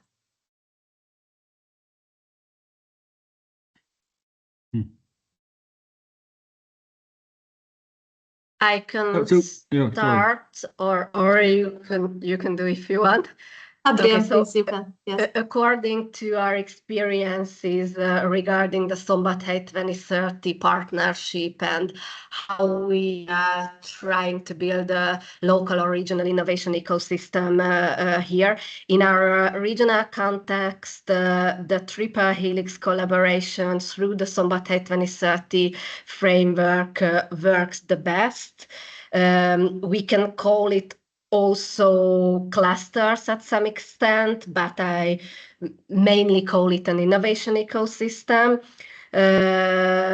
where we can engage our local universities or university centers, our research partners, the municipality, of course, tech transfer institutions, and also the SMEs. And I think that our cooperation is effective because, first of all, our municipality acts as a coordinator and facilitator in these processes, in this partnership. Moreover, the innovation ecosystem or the clusters translate the strategic goals into more practical, business-oriented activities, which can be understandable for SMEs and smaller firms as well. And at last but not least, Szombathely 2030 creates a shared vision that aligns all the cooperative partners' efforts. And this can also help SMEs access expertise and participate in some kind of pilot projects without the excessive administrative burden. Thank you. Thank you. Yes, please. Just want to highlight what Adrian was saying in terms of two things. I think the most successful cooperation is where, and Adrian already said it, where you have somehow a dedicated coordinator, who is really coordinating, whether it's the process or an idea or the different partners, name it. So this is, in our respect, quite often within Business Hub Austria, in the cluster department, for example. So this is their job, just to try to coordinate that we bringing the right people together and setting up projects. And also what was said by Adrian is this translator quite often. Yeah? So especially for the SMEs, bringing them together, whether it's RTOs or university institutes or whatsoever, there is, from our experience, quite often really a certain need to have a translator, because they are living quite often in different galaxies, yeah, when they discuss a certain topic. And it's also different to, I would say, bigger companies who have their own research department, yeah. So, but especially the SMEs, they need somehow this coordinator and translator. And whenever you have this, then normally it works.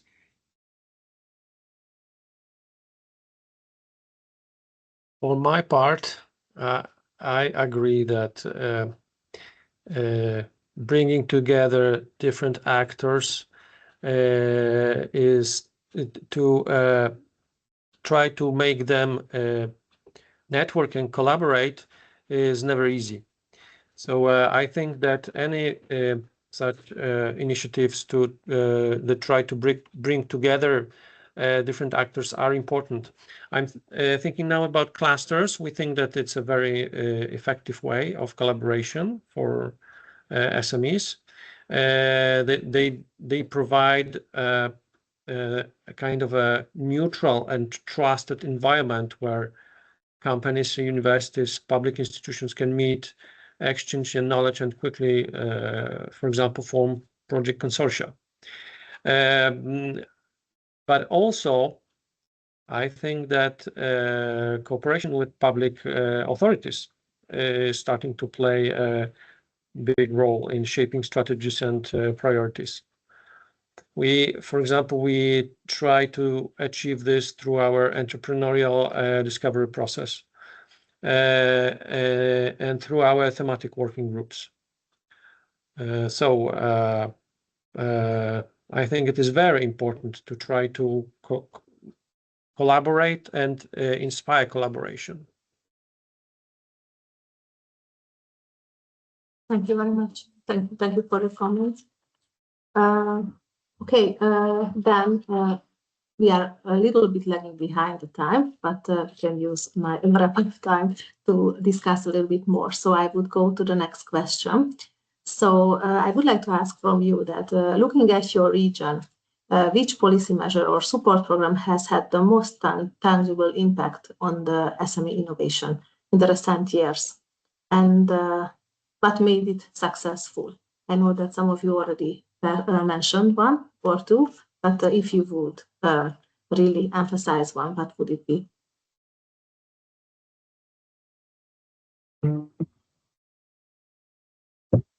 Okay, who want to start with it?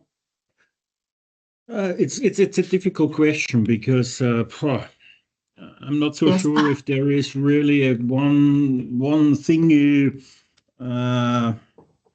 measure or support program. So it's for me it's more a grown culture in the region. Yeah. Independently, of course, we have different funding schemes or whatsoever, and they are more or less successful, etc. I think the most important thing is to have over the years somehow of the major players somehow trust, so that there is a culture of working together, discussing together, and creating projects. And I think this is much more than, I would say, one single instrument, because we also try with we have, for example, regional cores where we really try to foster this cooperation between research institutes and SMEs and companies, etc. But this is nothing worth if the people don't discuss with each other or exchange their ideas, etc. So difficult question. And finally, measuring then really not input and output measuring. This is always very easily done, but it's really the impact on the region then finally at the end of the day. This is very difficult quite often. Yeah. Yes, thank you. Okay, I can continue. So I think one of the most impactful recent measures in Szombathely has been the innovation-focused elements of the so-called Szombathely 2030 program, which are particularly pilot projects and some co-creation activities focusing on the green transition and the digitalization processes. And the support tools were co-developed with universities, with chambers like the Chamber of Commerce and Industry or the Chamber of Engineers, focusing on working together with SMEs. And these tools were thematic workshops, some living lab initiatives, and some small-scale pilot fundings. And these have produced, I hope, some tangible outcomes for SMEs as well. And their success comes from being practical, easy to join, and also directly connected to our local development priorities. Thank you. Thank you.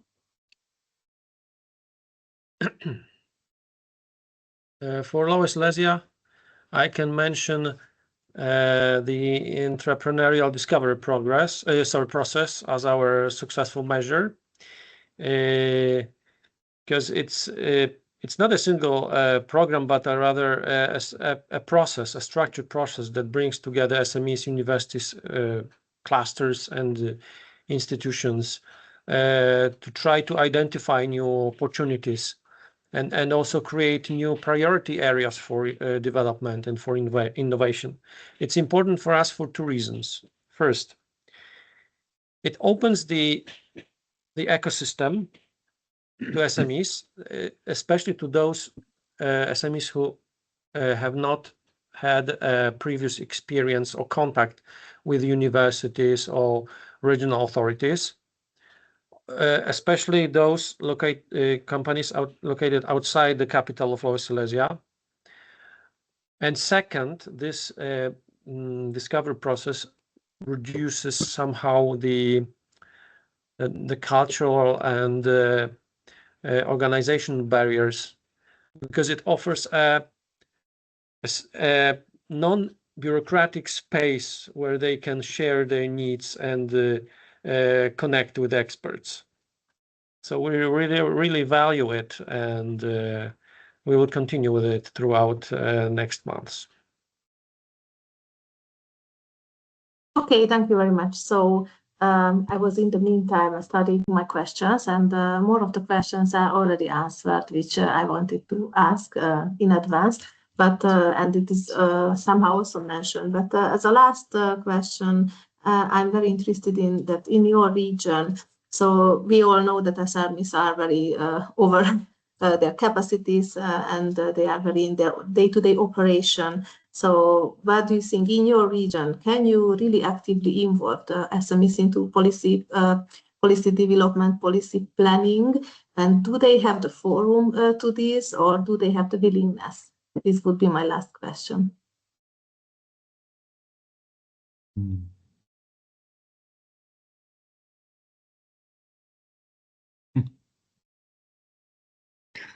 I think quite a lot of things were already said, and I think I think for me the most important thing is, as it was also said from Arcadia said, to have a clear, transparent process. Finally, at the end of the day, it must be clear for every player in the region where are the anchor points. If I need some help, where to go, this network etc., etc., and having just comparing it with our upper vision process, this annual process, which for everyone is clear, where can I go if I want to start with a project? Where are my partners? Where is, for example, help when I need some funding? So transparency and a transparent process and the possibility to discuss. I think these are the major topics, and especially the network, and that's it. Thank you. Do you have any further comments to this?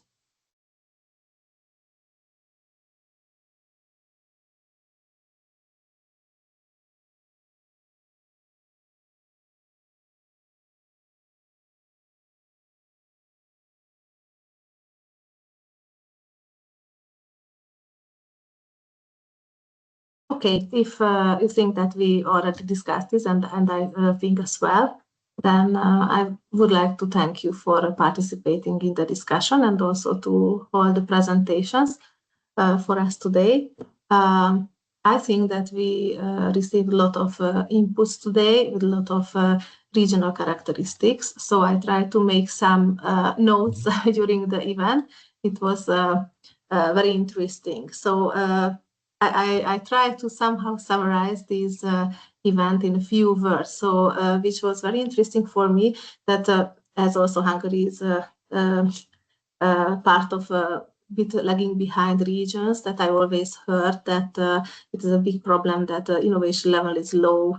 The level of industry R&D cooperation has to be motivated more. There are a lot of financing challenges. So there are somehow global issues, as we already know, and that there were interesting cases you mentioned also from Austria and Germany side, and also from the partners, that what works are pilots, very clear programming structures, EU-supported cooperation projects, vouchers, mentoring, personalized support, digital innovation hub services, pilots. So these were all mentioned today, and also solutions which are also interesting for me, that and it's true, and I can relate to this also in my country. For example, to support early stage innovation, to foster the connection with the scientific community, then somehow start small scale funding as well, not only think in big money amounts, scaling up funding to gain exact mentoring. And what is also important, I liked it very much, to have an intermediary person, a translator, who connects the different levels, and to be so effective. So I'm really sure that I left out a lot of information, but this was my first impression of all these presentations and discussions.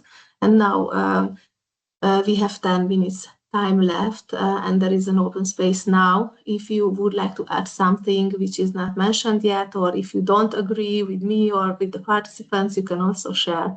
And first of all, I would like to thank you for being open and take part.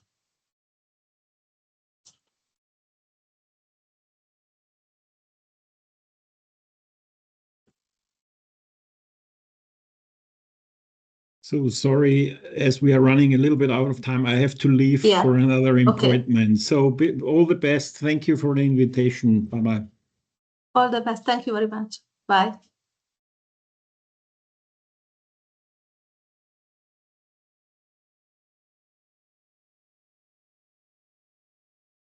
Okay, so in the meanwhile, I would like you say that we are collecting the presentations, and we will make it available for you, for all participants. And if you will have any questions related our speakers, then you can contact us also using the slides. You will find the contact information.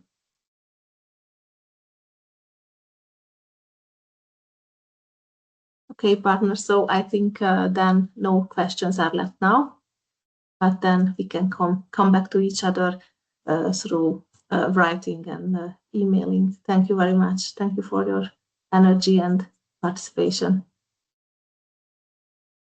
Thank you as well. Thank you. Thank you very much. Thank you. Then have a nice Thank you. Thank you. day. Thank you, Andrea, for organizing Thank and you and coordinating it. goodbye. Goodbye. Thank you for participating and support. Bye bye. Bye. Bye. See you. Bye. See you.